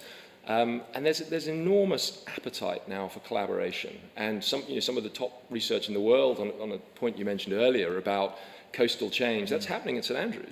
Yeah. So we're engaging in this, we're helping support projects, and we're thinking, what is the best way for us as a community of people across event organisers, across host local authorities, across research institutions, across media partners, to raise awareness. Drive action, the little steps that we can all take, whether that's bringing your refillable water bottle to the Open, and what kind of opportunity can we use to really drive this agenda forward. Comes back to community and education, really important that we keep reinforcing that. Thank you for those thoughts, Philip. Lee, good to speak to you. Thank you so much for joining us here for Driving for Net Zero. Well, listen, the WM Phoenix Open, we know about the 16th, we know about the stadium hole, we know about it being the best attended event, we know about all the noise, but of course the climate action is the bit that is so key for this conversation, which really enthuses me. Just tell us a little bit about what you've been doing in the last few years, what sorts of measures you've been putting in place, what kinds of results you've seen as well. Yeah, and thank you to you for having this conversation with me. Thank you to GEO for bringing us in.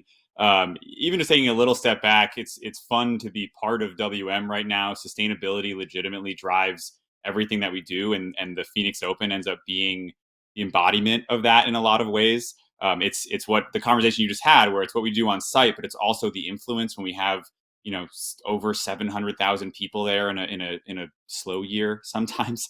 And I think it's hard in terms of when you're speaking about climate action to picture an event like that when we say it's zero waste. And just to clarify, it's certified zero waste. It's not just a claim that we're making. That whole process is one of the biggest initiatives that we undertake because of the scale of the event and the number of people that show up. So it's the world's largest zero waste event, and a lot goes into that in terms of procurement management, engagement, making sure that everyone is actually following our guidelines, but then on course, following through with what we're asking them to do and putting things in the right place. And we rip open every bag and sort everything to make sure that everything's going to its next best use. And that ends up being, because again, of the scale of the event, one of the biggest elements of our climate action plan. But on other levels, we were the first golf organization to commit to the UN Sports for Climate Action framework in 2019. And that's obviously driving emissions reduction as well as large scale sustainability targets. On course, we're only using renewable power, and we're reducing fossil fuel usage wherever possible. There's no diesel generators used on course. There's some biodiesel, but more and more those are just plugged into the renewable power grid that we're using.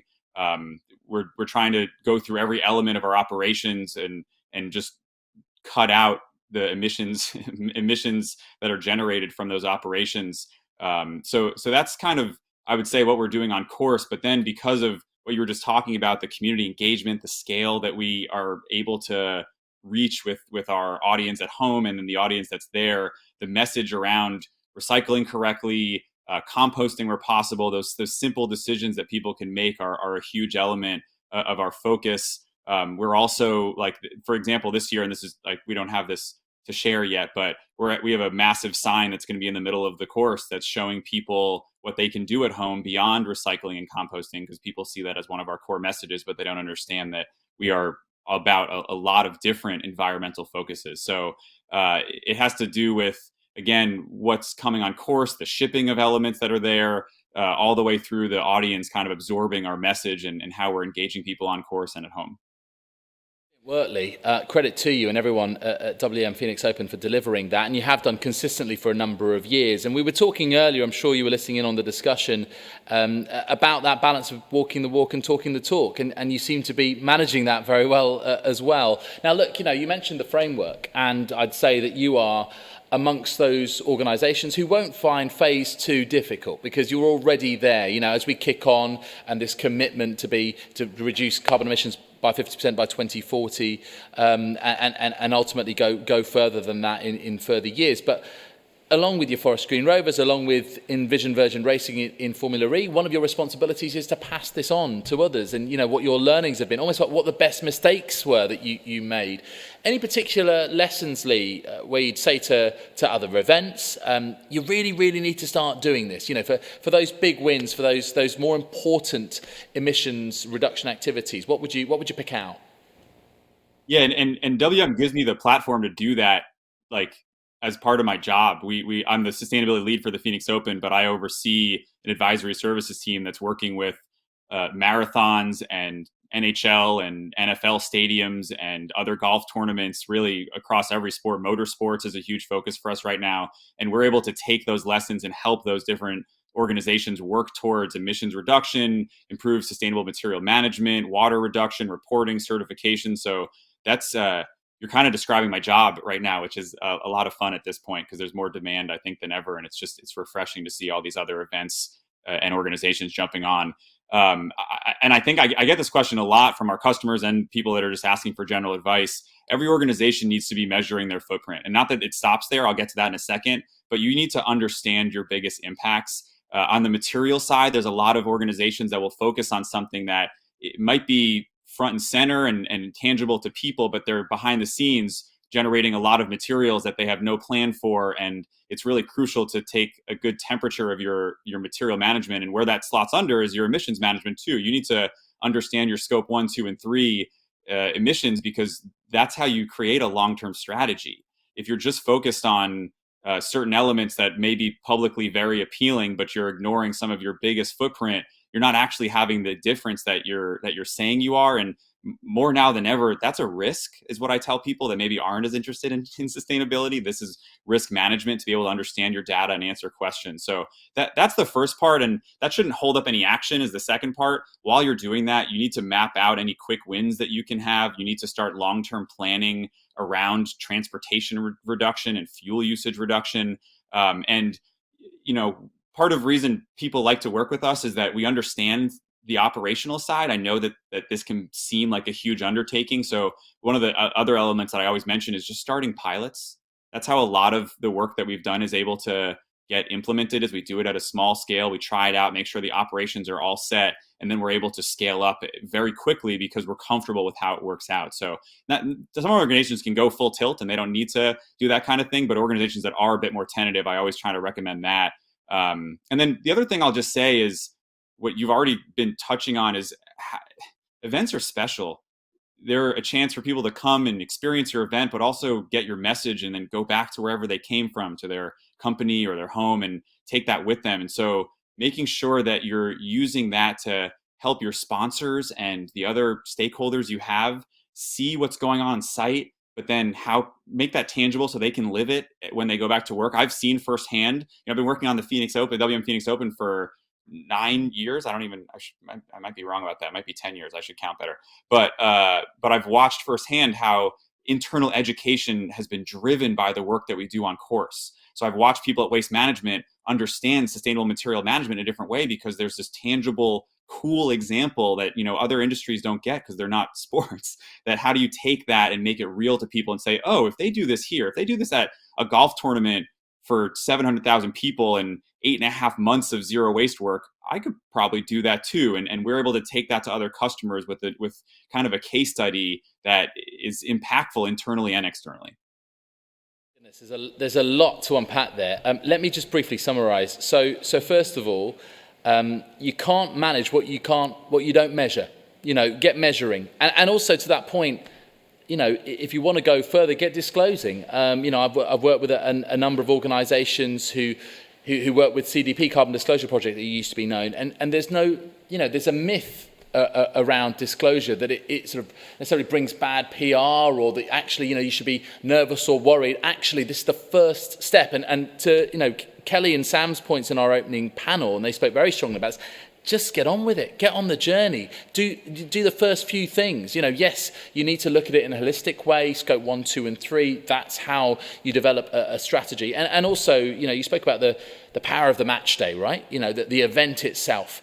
And what I like about that is that you're pulling on the passion point and a real moment of joy. This is where people come to see the stars, the athletes that they idolize, playing the sport that they love. And it's a real moment to grab and to kind of grab their attention and say, yeah, this is exactly right. But this sport and this event stands for more than that. And maybe this is the moment where you want to embrace that. And clearly, we tried to do this with Game Zero. It wasn't a one-off, with our net zero carbon game in the Premier League between Spurs and Chelsea. And as you say, really what the power of sport is that's the portal through which they're experiencing it, but then their utility comes when they express that themselves in their own day-to-day lives, in the other 6 days of the week when they're not at the football, or, the other 3, 4 months of the year when they're not at a golf event. So hopefully I've aptly and accurately summarised what you've said there, Lee. But, it's a daunting prospect, isn't it? The thing is, I got an email the other day from someone who I'm not going to sort of, give too many details, but they work at a rights holder of a major sport in the UK, and they've been tasked with sustainability. And they don't work in a bespoke post for sustainability. They work in a different department, and they do not know where to start. What would you see as the main barriers, particularly to professional golf events, sort of starting on the journey and really significantly reducing their emissions over the next decade or so? Yeah, and you summarized really well. Way to go. But I think one of the internal barriers is being scared of seeing their own data. Like you said, I used to work on WM CDP reporting, and that's actually helped our company financially and from a marketing perspective. So, but a lot of that work was done before we were fully submitting to CDP. We were doing that behind the scenes. So again, it's risk management. You should have an understanding of what you're doing. And that is to some people, a surprising barrier, because they don't even want to know. People don't even want to know what's going on at their event. And so that's why when you summarize scope 1, 2, and 3, I'm going to turn to scope 3 specifically. I've heard so many organizations say, well, we don't even want, we don't even know how to measure that, or we don't even want to measure that. And like you just said, get started, because you're going to have to figure it out. You're going to have to figure it out soon. And those types of solutions, when you talk about your indirect emissions impacts, are probably, for a golf tournament, your biggest footprint. Not probably, most definitely, especially for a tournament like ours with that amount of fans that we have. So on the kind of Let's Go Sustainability Workshop 101, I'm hoping that my friend who emailed me is watching this, because I did send him the link to register. Can you explain the scopes, just for not just his benefit, but for everyone's benefit who might not be, we talk about this, we are aware of what these concepts are, but just briefly, if you can, just delineate those for me. Yeah, of course. Sorry, I should have been more specific. Scope 1 is the direct impacts from your event, what you own and operate. So the diesel generators on site, the golf carts that you're using around the course. Those are things that you directly control. The scope 2 are the indirect emissions from power usage. That's typically just electricity, and it is indirect, but it's still something you can control to a large degree. I don't like the direct element, because I think some of these things are actually more controllable than people admit. But scope 3 is your biggest area. Those are every other impact for your tournament. That's your fan travel, your vendor travel, the embedded carbon of the stuff that you're buying, your waste disposal, and where things are actually going at the end of the day. So again, you can call these indirect impacts, but more and more events can dictate some of the decisions around this when you talk about procurement and your waste hauler and who you're hiring as a vendor. And when you talk about the biggest barriers to golf tournaments, it's fan travel.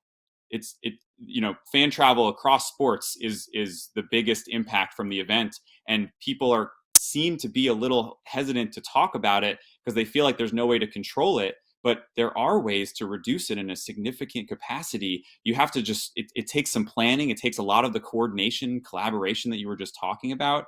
And again, if you're focused on scope 1 and 2, there's nothing wrong with that. I'm not saying anything's bad about that type of those initiatives. Those are crucial as well. And sometimes some of the things you can handle in 1 to 2 years have significant reductions. But if you're looking at your golf tournament and you're thinking about the tens of thousands of people that are showing up, how are they getting there? How are you working with the cities that your tournaments are in and saying, well, let's make renewable powered transportation a bit easier for people? And when you say you can't track it, you can. It's just a little more complicated. And there's groups like mine. And if you don't want to work with us, I say this all the time, that's fine. Go find someone else that can help you at least get this program off the ground. And then you should be able to own it. I think a good sustainability consultant is honestly phasing themselves out over time and letting your organization take control and own and operate your emissions reduction strategy. So I know I'm focused on emissions because I've heard a lot of the conversations today touch on a bunch of other subjects. So I feel like this is one that I wanted to kind of really dive into a bit more. But it's really essential for organizations to understand the things that they're buying and the transportation around their event are their biggest impacts, and they need attention immediately, because solving those problems is going to take time. Really glad that you explained that in such detail, because honestly, I think we were talking about this before, the education piece, and there is a knowledge gap, and we need to narrow it. And sometimes we do need to go back to maybe what we consider as basics and just really kind of get to that level of detail for people to truly understand. And then maybe they feel a little empowered and a little bit like they've got some knowledge and they can go and take those steps. So and you are a shining example. You're a real beacon at WM Phoenix Open. So really, really appreciate you coming and being part of this conversation. Thank you so much. And thank you also to Philip for your thoughts from the RNA's perspective, and good luck with the 150th. My goodness, that will be some event. I mean, already the planning well underway, I would imagine. Yeah, well, and for us, the open planning, it's never really stopping. So we're always thinking many years out, but then the actual build typically start around April. Okay, all right. So that's not long away. No, that's going to absolutely whiz by, I'm sure. Yeah, but good luck with it. I'm sure that it will be an absolute roaring success. Now, we've heard from Philip, we've heard from Lee. We're also pleased to share these next contributions from Ben Cowan, who is Chief Tournament Business Officer at the European Tour, and Chris Chandler, who is Head of Sports at Dow. And we heard Suzanne Petterson name check this a little earlier on. They run the Dow Great Lakes Bay Invitational on the LPGA. Earlier this year, the European Tour launched the European Tour Green Drive, a strengthened commitment to sustainability with a vision for the Tour to become a showcase for social and environmental responsibility, delivering net positive impacts around the world.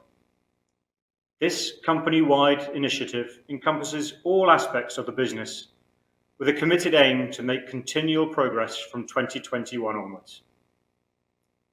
One of the key targets for 2021 was to focus on our own promoted tournaments and try to build a picture of what was already being done by capturing what available data there was from key metrics, while also identifying areas for improvement and how we can build some tangible targets for 2022 onwards.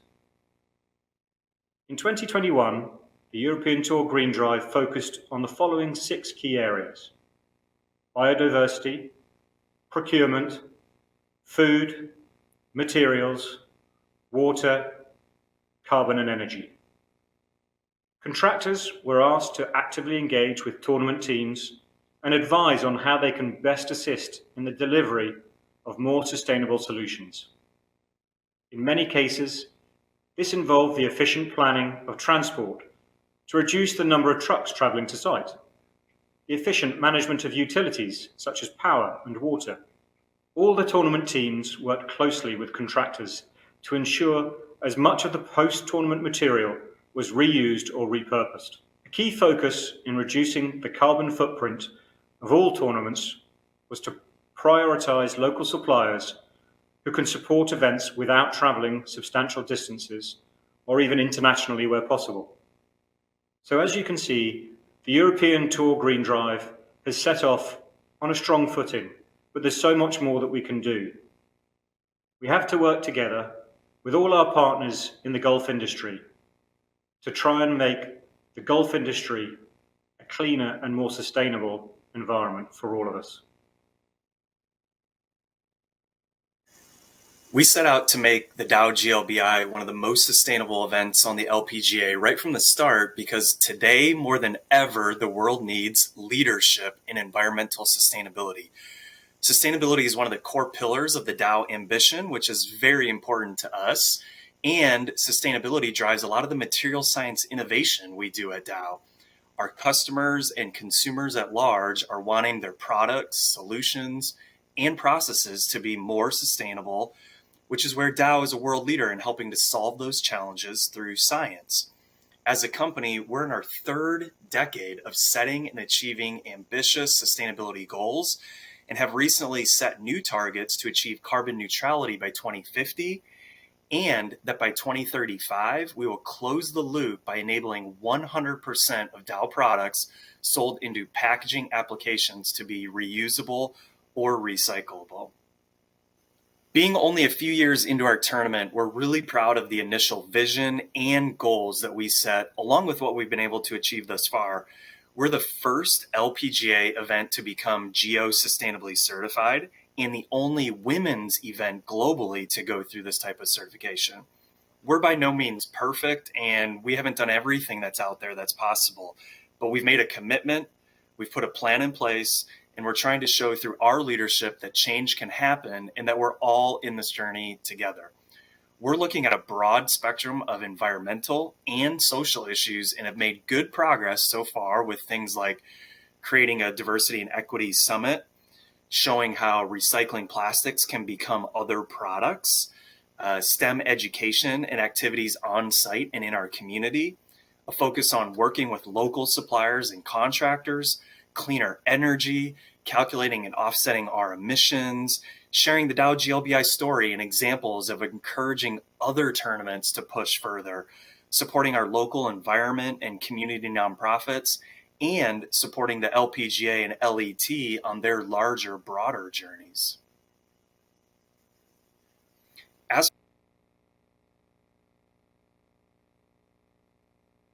Cut Chris off there briefly, but don't worry, he's left us waiting to hear more. I'm sure there will be more from the Dow tournament.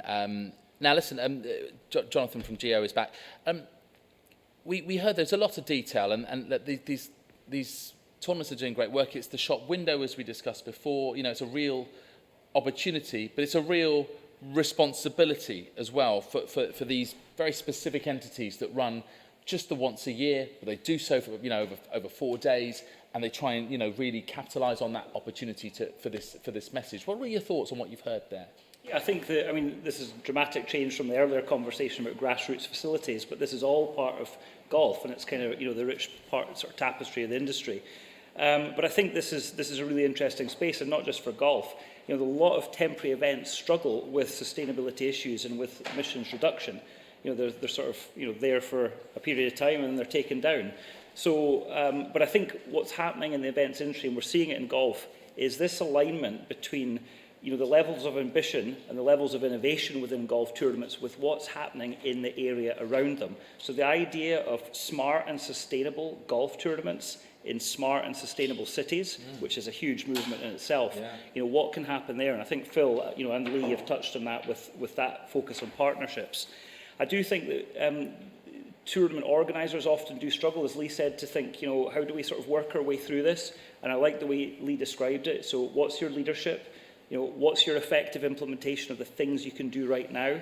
How are you going to start to talk about that as you're doing it? And I think also Lee highlighted a really nice blend, actually, of do things, talk about them, do more things, talk about them. Yeah. It's not talk about it then do, it's not do then talk. There's actually a real synergy there that can accelerate the whole thing around a tournament. And Phil touched on from building innovation into your event, into the multipliers that can spark off, business to business, business to consumer. We saw a fantastic example, the US Kids golf organisation. They host the Venice Open in Montecchia, the north of Italy. And it's a family event. It's boys and girls, kids from around the region come together with their parents and guardians. The focus of that event, education. It's entirely about climate, nature, sustainable living. So this isn't just for big events, it's also for a huge number of amateur events around the world of golf. And then I think the legacies that these events can leave, that's another area where there's a lot of innovation, the way that charity is directed into new areas, for example. What are the really lasting legacies? There's quite a lot of interesting conversation at the minute about how environmental quality issues in the local area are actually the cause of some human health issues. So how can some of those legacies go back to some of those fundamentals, some of the fabric of the area itself? So just a rich space, quite complex to navigate, but I think the speakers there really highlighted how to do it well. Absolutely, and you alluded to this before, the sort of tapestry of the kind of conversation that we're having. The tapestry of the sport is really important to be reflective of all the different elements of it, whether it's grassroots, whether it's elite, whether it's golf tournaments, whether it's courses. And now we're going to get into, let's say, a really specific area, perhaps less well known, but still very important parts of the sector: golf development, golf tourism, manufacturing and supply. And joining us now virtually is Andy Brown, who is head of EMEA for Toro, one of the leading suppliers of maintenance machinery and irrigation equipment to golf. Andy, thank you so much for joining us. Bring us up to speed. Just tell us a little bit about the innovation that's taking place in your particular field. So golf course, maintenance machinery, irrigation, obviously it's just critical to the sport of golf, full stop. And what are these doing to reduce resource use and the associated emissions?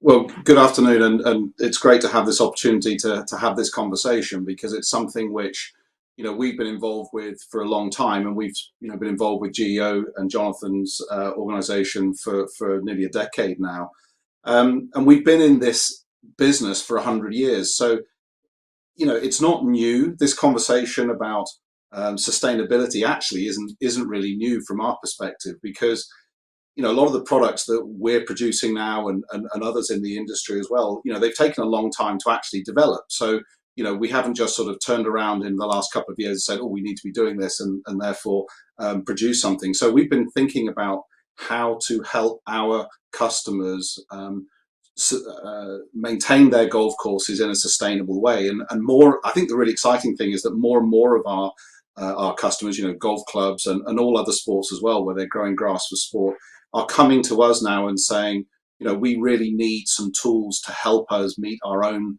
sustainability objectives. So moving, I suppose the two obvious ones are, water management is huge in golf.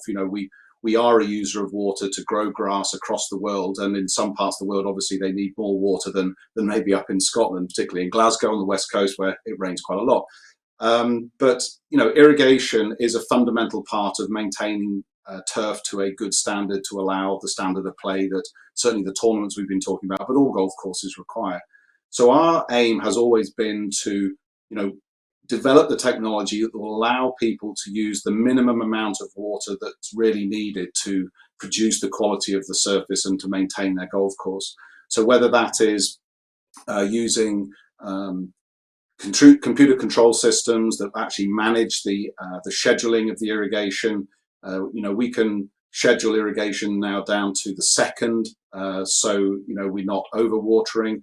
We can monitor the soil moisture in the greens or any part of the golf course in a real-time frame, which means that as you see the soil moisture levels drop, you can decide when to irrigate or whether you don't need to irrigate. And with these technologies, along with many others, we've seen reductions in the use of water by 30, 40, and in some cases 50%. So, really significant changes. And of course, with that reduction in water use, you're also reducing the amount of pumping that's required, which means the emissions, electricity or otherwise, to run the pumping stations, etc., are reduced as well. So there are lots of additional knock-on effects by managing that water use. The other one, of course, is the move from fossil fuels into renewable and particularly electric machines. And we're now seeing that happen very fast, and it's something we've been developing for a long time. And in fact, just going back to your conversation with Philip earlier about the 150th Open, next year at St Andrews, you're going to see fully electric greens mowers being used to prepare the Open Championship for the very first time. And we've been working with the St Andrews Links Trust and the RNA on that, and we're really delighted that it's going to showcase that move in technology at the highest level. But of course, there are lots of other parts of the industry as well, which, are looking to provide greener options for the customers. And that's really exciting as well, whether it be in turf grass development. Of course, there's lots and lots of development in terms of the species of grass that can be used, which are more drought resistant, which are more disease tolerant, and therefore require fewer inputs. So those are the sorts of areas that, we're particularly involved with and excited to be a part of. Developing those technologies, Andy, but obviously, you're reliant to a certain extent on your supply chain, as is the whole sport, really. What are the sustainable innovations you're seeing there? Can you highlight a few of them for us? Well, you're right, and one of the challenges that we've got as a manufacturer, and we know everybody's heard about the challenges right now in terms of logistics, but where we get our raw materials from to make our machines, where we get our components from, we're interested in that, and we're challenging our suppliers to look at the way in which they're producing their components for us, because it is the whole story. It's not just about what we make in the end with our machines and how they are used by the client. It's the full story. So, whether it be the increased use of renewable components, recyclable components, etc. These are all areas that are very important to us. Part of the challenge that we've got, and I think this is the case for many aspects of the golf industry, we are still a very small industry when compared to to other industries like the automotive industry and the like. And so, we are reliant on some of these other components being developed externally. Particularly when we think about batteries, we are not a battery developer. We rely upon the big brands in battery production to produce more power from the batteries that they are able to create. Because the challenge for us, some of our bigger machines, they're heavy. Currently, they're made out of steel. Hopefully, that will change over time as well. But those batteries need to produce a lot of power to be able to move those machines to do the job they needed. If we can get more power from those batteries, or we can reduce the weight of our machines, then the cycle becomes much easier to manage. And those are the sorts of developments that we're looking to see, over the next few years. Andy, we know the sense of urgency that there is around the climate emergency. We've been talking about it all of the last 10 days. And I think that penny is really dropping now. But what about the sense of urgency around innovation? Because, is this happening quickly enough? What would actually help turn the R&D into products, but ultimately impact quicker?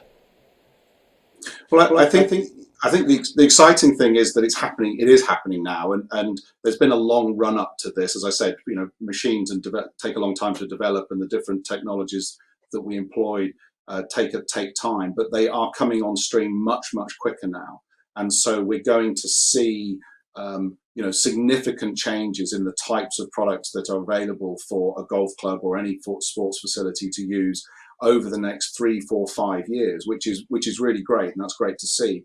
But I think in the end, what drives the development and the technology is the focus on the need for it, and our customers telling us that they want this product and that's what they're going to go and buy. And of course, in the world in which we live, that is the driver for so much of this type of development. But equally, we can lead them. I think the education that we can help to assist with in terms of explaining to customers what is out there today, what is coming, and what they should be planning to employ in their own strategies going forward is really a part of that. So the whole education piece is really important. But there is a demand for it. There's an increasing demand, but that will increase again as people understand what can be done and indeed what they really should be considering to do themselves. Your thoughts and your insights, Andy. Thank you so much for joining us on Driving for Net Zero this afternoon. We really do appreciate it. Andy Brown from Toro. So that's the sort of manufacturing and supply side sort of address. We'll get some more thoughts from Jonathan here in the studio in just a moment. But let's get some short perspectives from the worlds of golf tourism and golf development, respectively from Peter Walton, who is the Chief Executive of YAGTO, the Global Golf Tourism Organisation, and also Jeremy Slessor, who's Managing Director at European Golf Design.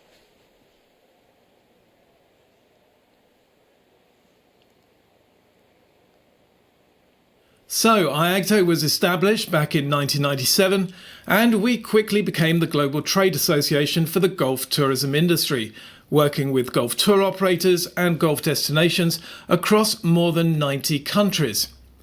Golf tourism itself divides neatly into domestic golf travel and international golf travel, where playing golf is the primary motivational factor for taking a trip. And of the 55 million or so golfers around the world, some 20%, varying considerably from one country to another, take golf vacations. That said, golf travel is only a fragment of global tourism, but it can certainly be considered to be the largest sports tourism sector. Now, as a former zoologist and ecologist, and yes, we're talking a long time ago, I've always been interested in the positive impact that golf courses can have on the environment. So a number of years ago, we teamed up with GEO Foundation to deliver the tools to our member golf courses to help them assess their sustainability and then simply to improve upon it year on year. The key here was that we directly linked improvements in sustainability to, simply put, better business. These tools include carbon calculators and guidance on how to reduce greenhouse gas emissions. To incentivise these activities, in tandem with GEO, we launched our annual Sustainability Awards, which take place at the end of this month each year, and this year for the 9th time. The awards have resulted in around 300 facilities undertaking a review of their practices, their key performance indicators, and creating new sustainability highlights to share with and inspire others. We're seeing some great leadership innovation emerging from not just resorts, but also entire destinations in relation to sustainability. But as COP26 is demonstrating, in terms of climate change, there is clearly so much more to do, and we're on the clock. So looking forward, YAGTO is already taking some practical steps to help our industry play its part on this important journey to net zero. Firstly, we've added climate action to this year's YAGTO Awards and to all future awards to help really put this on the golf tourism agenda. Second, we're helping to promote the carbon calculators and low carbon action planning support that GEO's programs provide. Third, in our work with tourism bodies, we'll continue to encourage the incorporation of sustainability and climate action into future strategies. And lastly, we're excited to see how we can help to promote and encourage the use of the new climate mitigation initiative that GEO Foundation have set up with the gold standard to best address currently unavoidable emissions. Overall, we're keen to help identify and tailor these climate action solutions for the Gulf tourism sector and to encourage proactive engagement across the industry in this hugely important issue.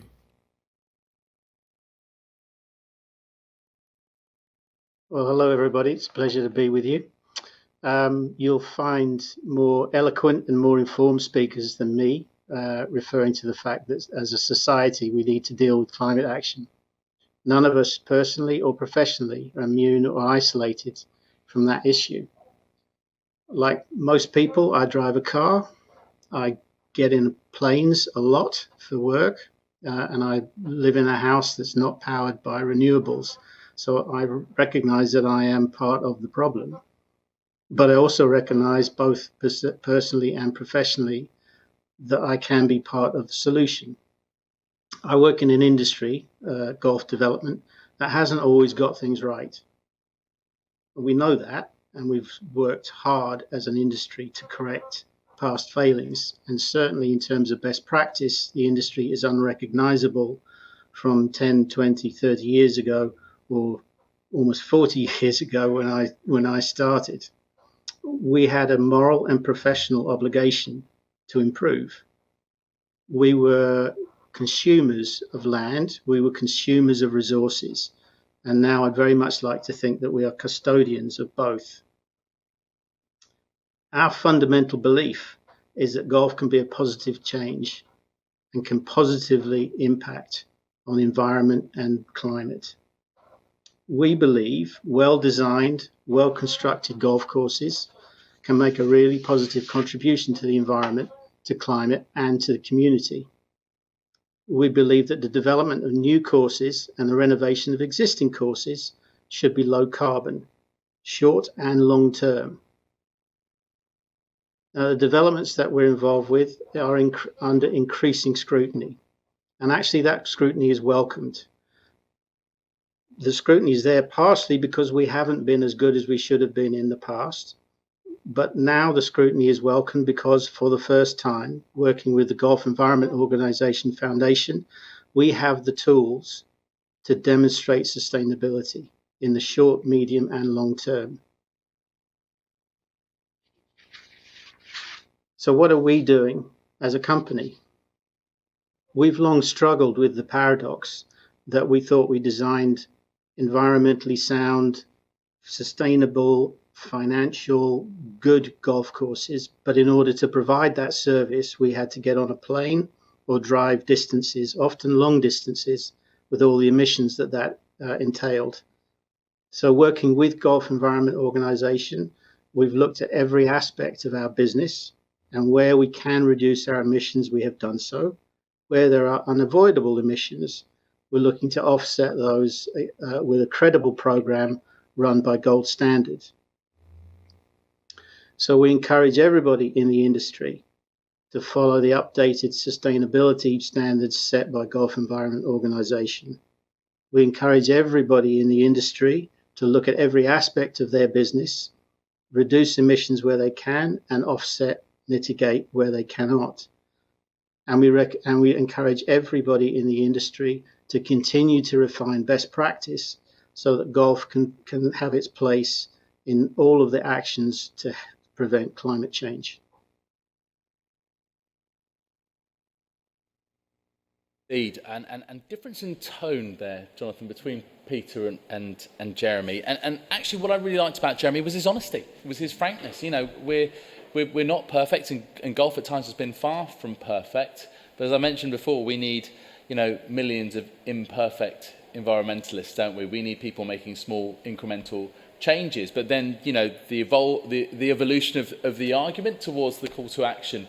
And so, you know, we've lots of different parts of golf. So we've talked about manufacturing, supply, development, and golf tourism. How important are these very sort of specific targeted parts of golf to the sector's drive for net zero overall? Yeah, well, I think when people first of all think of golf, they think of courses, they think of events, they think of players, and they probably don't necessarily think of tourism or development or the manufacturing and supply sector. But those are all large subsectors in their own right, and they all have a footprint. They all have, emissions, but they can all be part of the solution. And I think what we wanted to do today was just put them out there, let people know that these exist, let people know, first of all, that in the manufacturing and supply sector, there's actually quite a lot of innovation taking place. But as Andy Brown says, that innovation will only speed up if customers purchase it. So there's a bit of a call to action there, which is to go out and buy some of those greener construction products, maintenance products, apparel, equipment, merchandise, so let's get the innovation but it's funny, isn't it? Because it's there in so many ways, shapes and forms that are really so obvious and present, but you just, maybe it's not so evident when you think about it as sectors, but those are all represent opportunities, don't they? Absolutely, and we're seeing a lot of social enterprises kicking off and starting up in this space. So some of the sort of, in apparel, for example, there are the Galvin Greens who are, really driving hard in their sustainability, selections and clothing ranges. And then there are groups like Ocean Tea, young startup organisations, companies which are trying to do good and do well at the same time. So I think that's really interesting, but the purchasing power of golf needs to sort of help embrace that and accelerate that, I think in golf tourism, what's been really refreshing about Peter Walton's approach is he's trying to align everything with what he sees in the bigger world of sustainable tourism and ecotourism. So, there are groups like the Global Sustainable Tourism Council. What are they doing in terms of, ecotourism and a more sustainable future for tourism? Peter's really embracing that. So that will be exciting to see where that goes in terms of, travel, transportation and some of those other difficult issues. And I think, Jeremy, I really like that honesty and I like that reflection on, golf has boomed in the last, 40, 50 years. Most of those 30-odd thousand courses have been built in that time period. So what can we learn from that in terms of what's been done really well, but what could be improved in the future? And I think that honesty is really appropriate. And it's not just the 700-800 new courses that are currently in planning, design and construction around the world. It's also the renovation of courses. So to Julie's point and Richard Holland's point about earlier about how golf can help communities adapt with climate, whenever there are courses being renovated, how can people like Jeremy and other architects really sort of bring their A game in sustainability into those renovations? Because for the next 20, 30 years, that's going to be the flood alleviation, the carbon sequestration, the pollination, the multifunctional recreation in the area that golf course is going to provide. And again, the opportunity, we mentioned it before about why couldn't you have a beehive at the night? Why can you? I went to Spurs' training ground and they're doing great work there. They've got bug hotels, 25 of them or so. And again, it's let's not overthink this. Let's just do it and make this part of people's natural environment as they go on and they play golf. It could just become what they come to know and love and experience. It isn't such a fanciful idea, is it? This is very doable stuff. I think that is happening. There is a turning point. I would say even in the last 12 months, potentially, that the amount that is being talked about in golf clubs and in golf development renovation, doing one thing. Actually, in development renovation, we're seeing some really inspiring new golf developments which are just delivering on all fronts. And that's people like Jeremy that are leading that, but also the European Institute of Golf Architects, the American Society of Golf Architects, the Australian Society of Golf Architects. Those institutions are running professional development programs so that those development opportunities are really secured. So in some ways, it's do one small thing. Again, this is the diversity of golf. In other ways, it's step back and look at that piece of land and look at that moment in a time opportunity you've got to build something and to do something really quite significant. So it's... Yes, that's it. And it works at different timeframes and different scales, of course. And we understand that there is a complexity for every stakeholder involved, for every person, every sport, every entity in golf involved. But I think what we're doing, I'd say really, really well here is just outlining all of these, is giving that broad picture. And then people can take from this discussion what is most pertinent for them. Stay with me for a moment, John. We as I mentioned, we've been across the whole sport of golf for the last couple of hours, and it has been designed to be a bit of a whistle-stop tour of the issues and also parts of the game that are most relevant, indeed most important to driving golf's climate action, and very much the reignition of the conversation rather than the end of it. By no means is it the end of it. But let's now bring in another guest as we start to close off our event. We're joined by Maggie Kim, CEO of the Gold Standard, to talk a little bit about what's next, what support and tools are available to help all parts of the sport advance quickly, effectively, and as credibly as possible.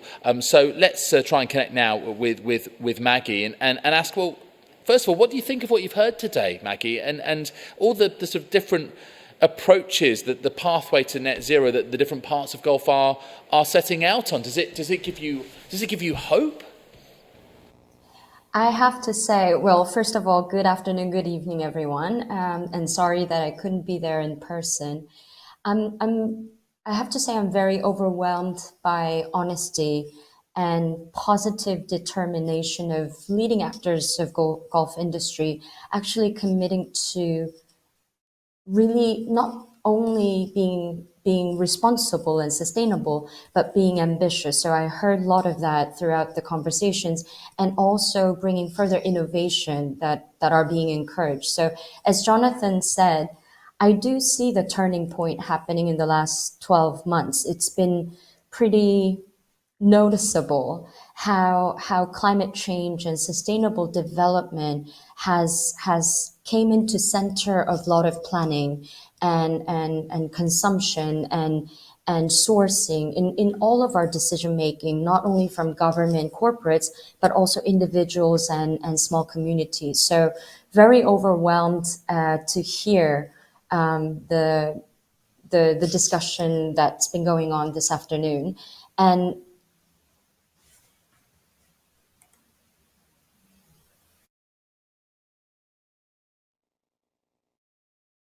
well, I really very much welcome and support GEO's approach. And I think Jonathan's been a really thought leader and action leader in this industry.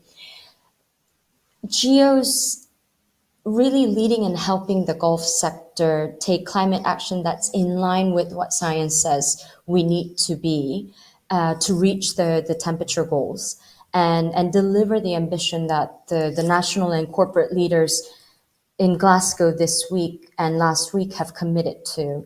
So people often think, who are not part of the climate discussions or sustainable development discussions, being responsible is offsetting.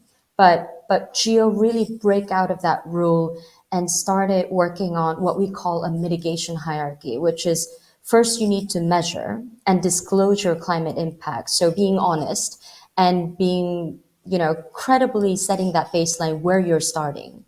And second is to reduce emissions or decarbonize in line with what science says is needed to mitigate the climate crisis. And third is to take responsibility for unavoidable emissions by financing climate impact beyond your own boundaries. And finally, what Jonathan and everybody in the industry are really trying to lead is advocating for that strong policy and climate action that's aligned. So GEO is doing this not just within the sport of golf, which is already a far-reaching in its own right, but we heard earlier about GEO's plan to unlock the power of the sport of golf to raise awareness among its many fans across the world and give them opportunities to take action themselves. And I think this is where change can be greater than the sum of its parts to really drive transformational change beyond what we can do within our own operations. So we very much welcome and support GEO's approach. Here, thank you, Maggie. In fact, I'll come back to you in a moment, if you don't mind, on that one word, and it's interesting. It's a one that causes a lot of debate, which is offsetting. Let me come back to you on that in a moment. Jonathan, to you, I mean, Maggie spoke in glowing terms about you as a person, the work that GEO Foundation does. Maybe you can give us a few more insights into this, because you've been working with the support of many partners, the likes of the RNA, really, really hard on sustainability solutions for golf. You're solutions-focused people, because that's ultimately what this is about, and particularly climate action to help accelerate this drive towards net zero. Can you also just give us a bit of a description and explain just why you've gone to all of the effort and imagine, you know, a fair bit of stress to do that? Yeah. Well, I mean, first of all, we're very aspirational as an organisation and people, but we're equally realistic and grounded, I think. So that's kind of our blend. Yeah. So for a few minutes, I won't take too long over this, but I'm just going to cut to some slides.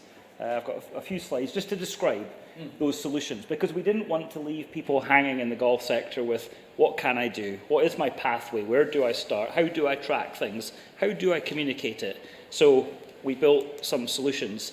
Right, everyone, this is the moment to take copious notes, if you can. So as Kelli said earlier, you know, that approach, that outlook to sustainability is what can golf do to foster nature, conserve resources, strengthen communities, and take climate action. And what I'm about to show you are some of kind of how those solutions address the climate action bit. But climate is made up of all of those other things, obviously. You know, resource efficiency is emissions reduction, fostering nature is sequestration and carbon storage, and community engagement is multipliers and so on. So here's some of what we've done, and some of what is actually, you know, available and accessible to the industry. So that first, you know, point is, how do we improve our performance as a golf club, as a tournament, as an association, and actually as an individual player? These are also tools that Suzanne is using. So where are we at? What can we do next? What are the most effective things we can do? So these are software-built programs. This one actually is free of charge to any golf club anywhere in the world. They can come and sign up, get on course for a more sustainable future, and they can start to track and record and understand where they are. They can build a team in their golf club or in their tournament, and then they can, you know, create those action plans that Lee was talking about. This is, you know, very much in line with what Phil and Lee were talking about. It's part of how can we help people most effectively get stuck into sustainability and how quickly. So that's the sort of improved part, these software programs. Sort of built into those programs, we've built a suite of customised carbon calculators for the golf industry. So we've taken the UN Greenhouse Gas Protocol, we've looked at the Carbon Disclosure Project, we've looked at science-based standards initiatives, and all of those things, and thought, how do those scopes, how do those emissions, how do those carbon factors equate to golf? So quite a lot of research and development in this area, and we're now developing carbon emission and carbon sequestration outputs in what we call sustainability scorecards for the golf industry. So this is about quantification. There are a lot of sustainability indicators out there. We've tried to boil them down to the ones that matter most to golf, and not just carbon, but also social and other environmental indicators for golf. So that's quantification. And then, you know, what we've been doing, really fascinating work with the gold standard, is trying to peel back on what does offsetting look like. What's the future of offsetting? What's happening in the world of, you know, compensating or mitigating for your currently unavoidable impacts? So we've had great guidance from the gold standard, and you know, Maggie will talk more about some of the things like, you know, climate justice, you know, the global north and the global south, the emitters and those who are, you know, feeling the effects of emissions. So we're really excited. We will be talking a lot more about the climate projects and this initiative that we'll be taking out. And in fact, we've got some already great interest from golf clubs, groups like the European Tour, you know, committing to use this programme. And it's also the mechanism that we will use for more sustainable golf champions, more credible ambassadors. Best-in-class climate mitigation from the golf industry at the earliest point in time is kind of our goal for this. And then all of that we see as the chance for golf to really shout about this, you know, confidently, without risk. So again, we've been looking at a little bit of a sort of pathway, these kind of themed distinctions or awards. So if you can't bite off the whole of sustainable development, go at it theme by theme.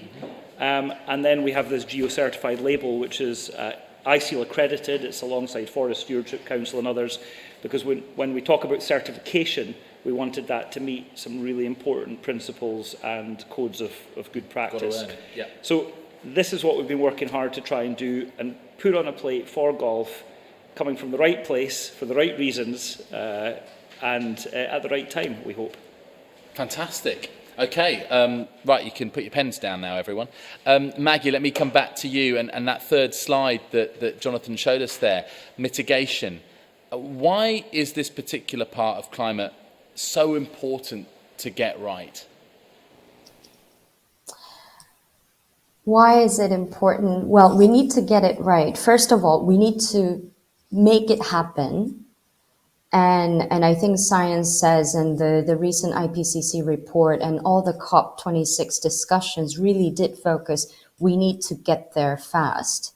So COP26, the goal is really to keep alive the 1.5 degree goal. And that's a big concern. So we need to get there, and getting it right is critical because we need to do it in a measurable and credible way, while safeguarding and maximizing the sustainable impact in the global south. So we're a bit behind. We need to be urgent in addressing emissions reduction to close that temperature goal, but also be mindful that we need to do it in a sustainable way, making sure that we're safeguarding, consulting local stakeholders that are affected, and maximizing that sustainable development potential for those communities in the most vulnerable communities.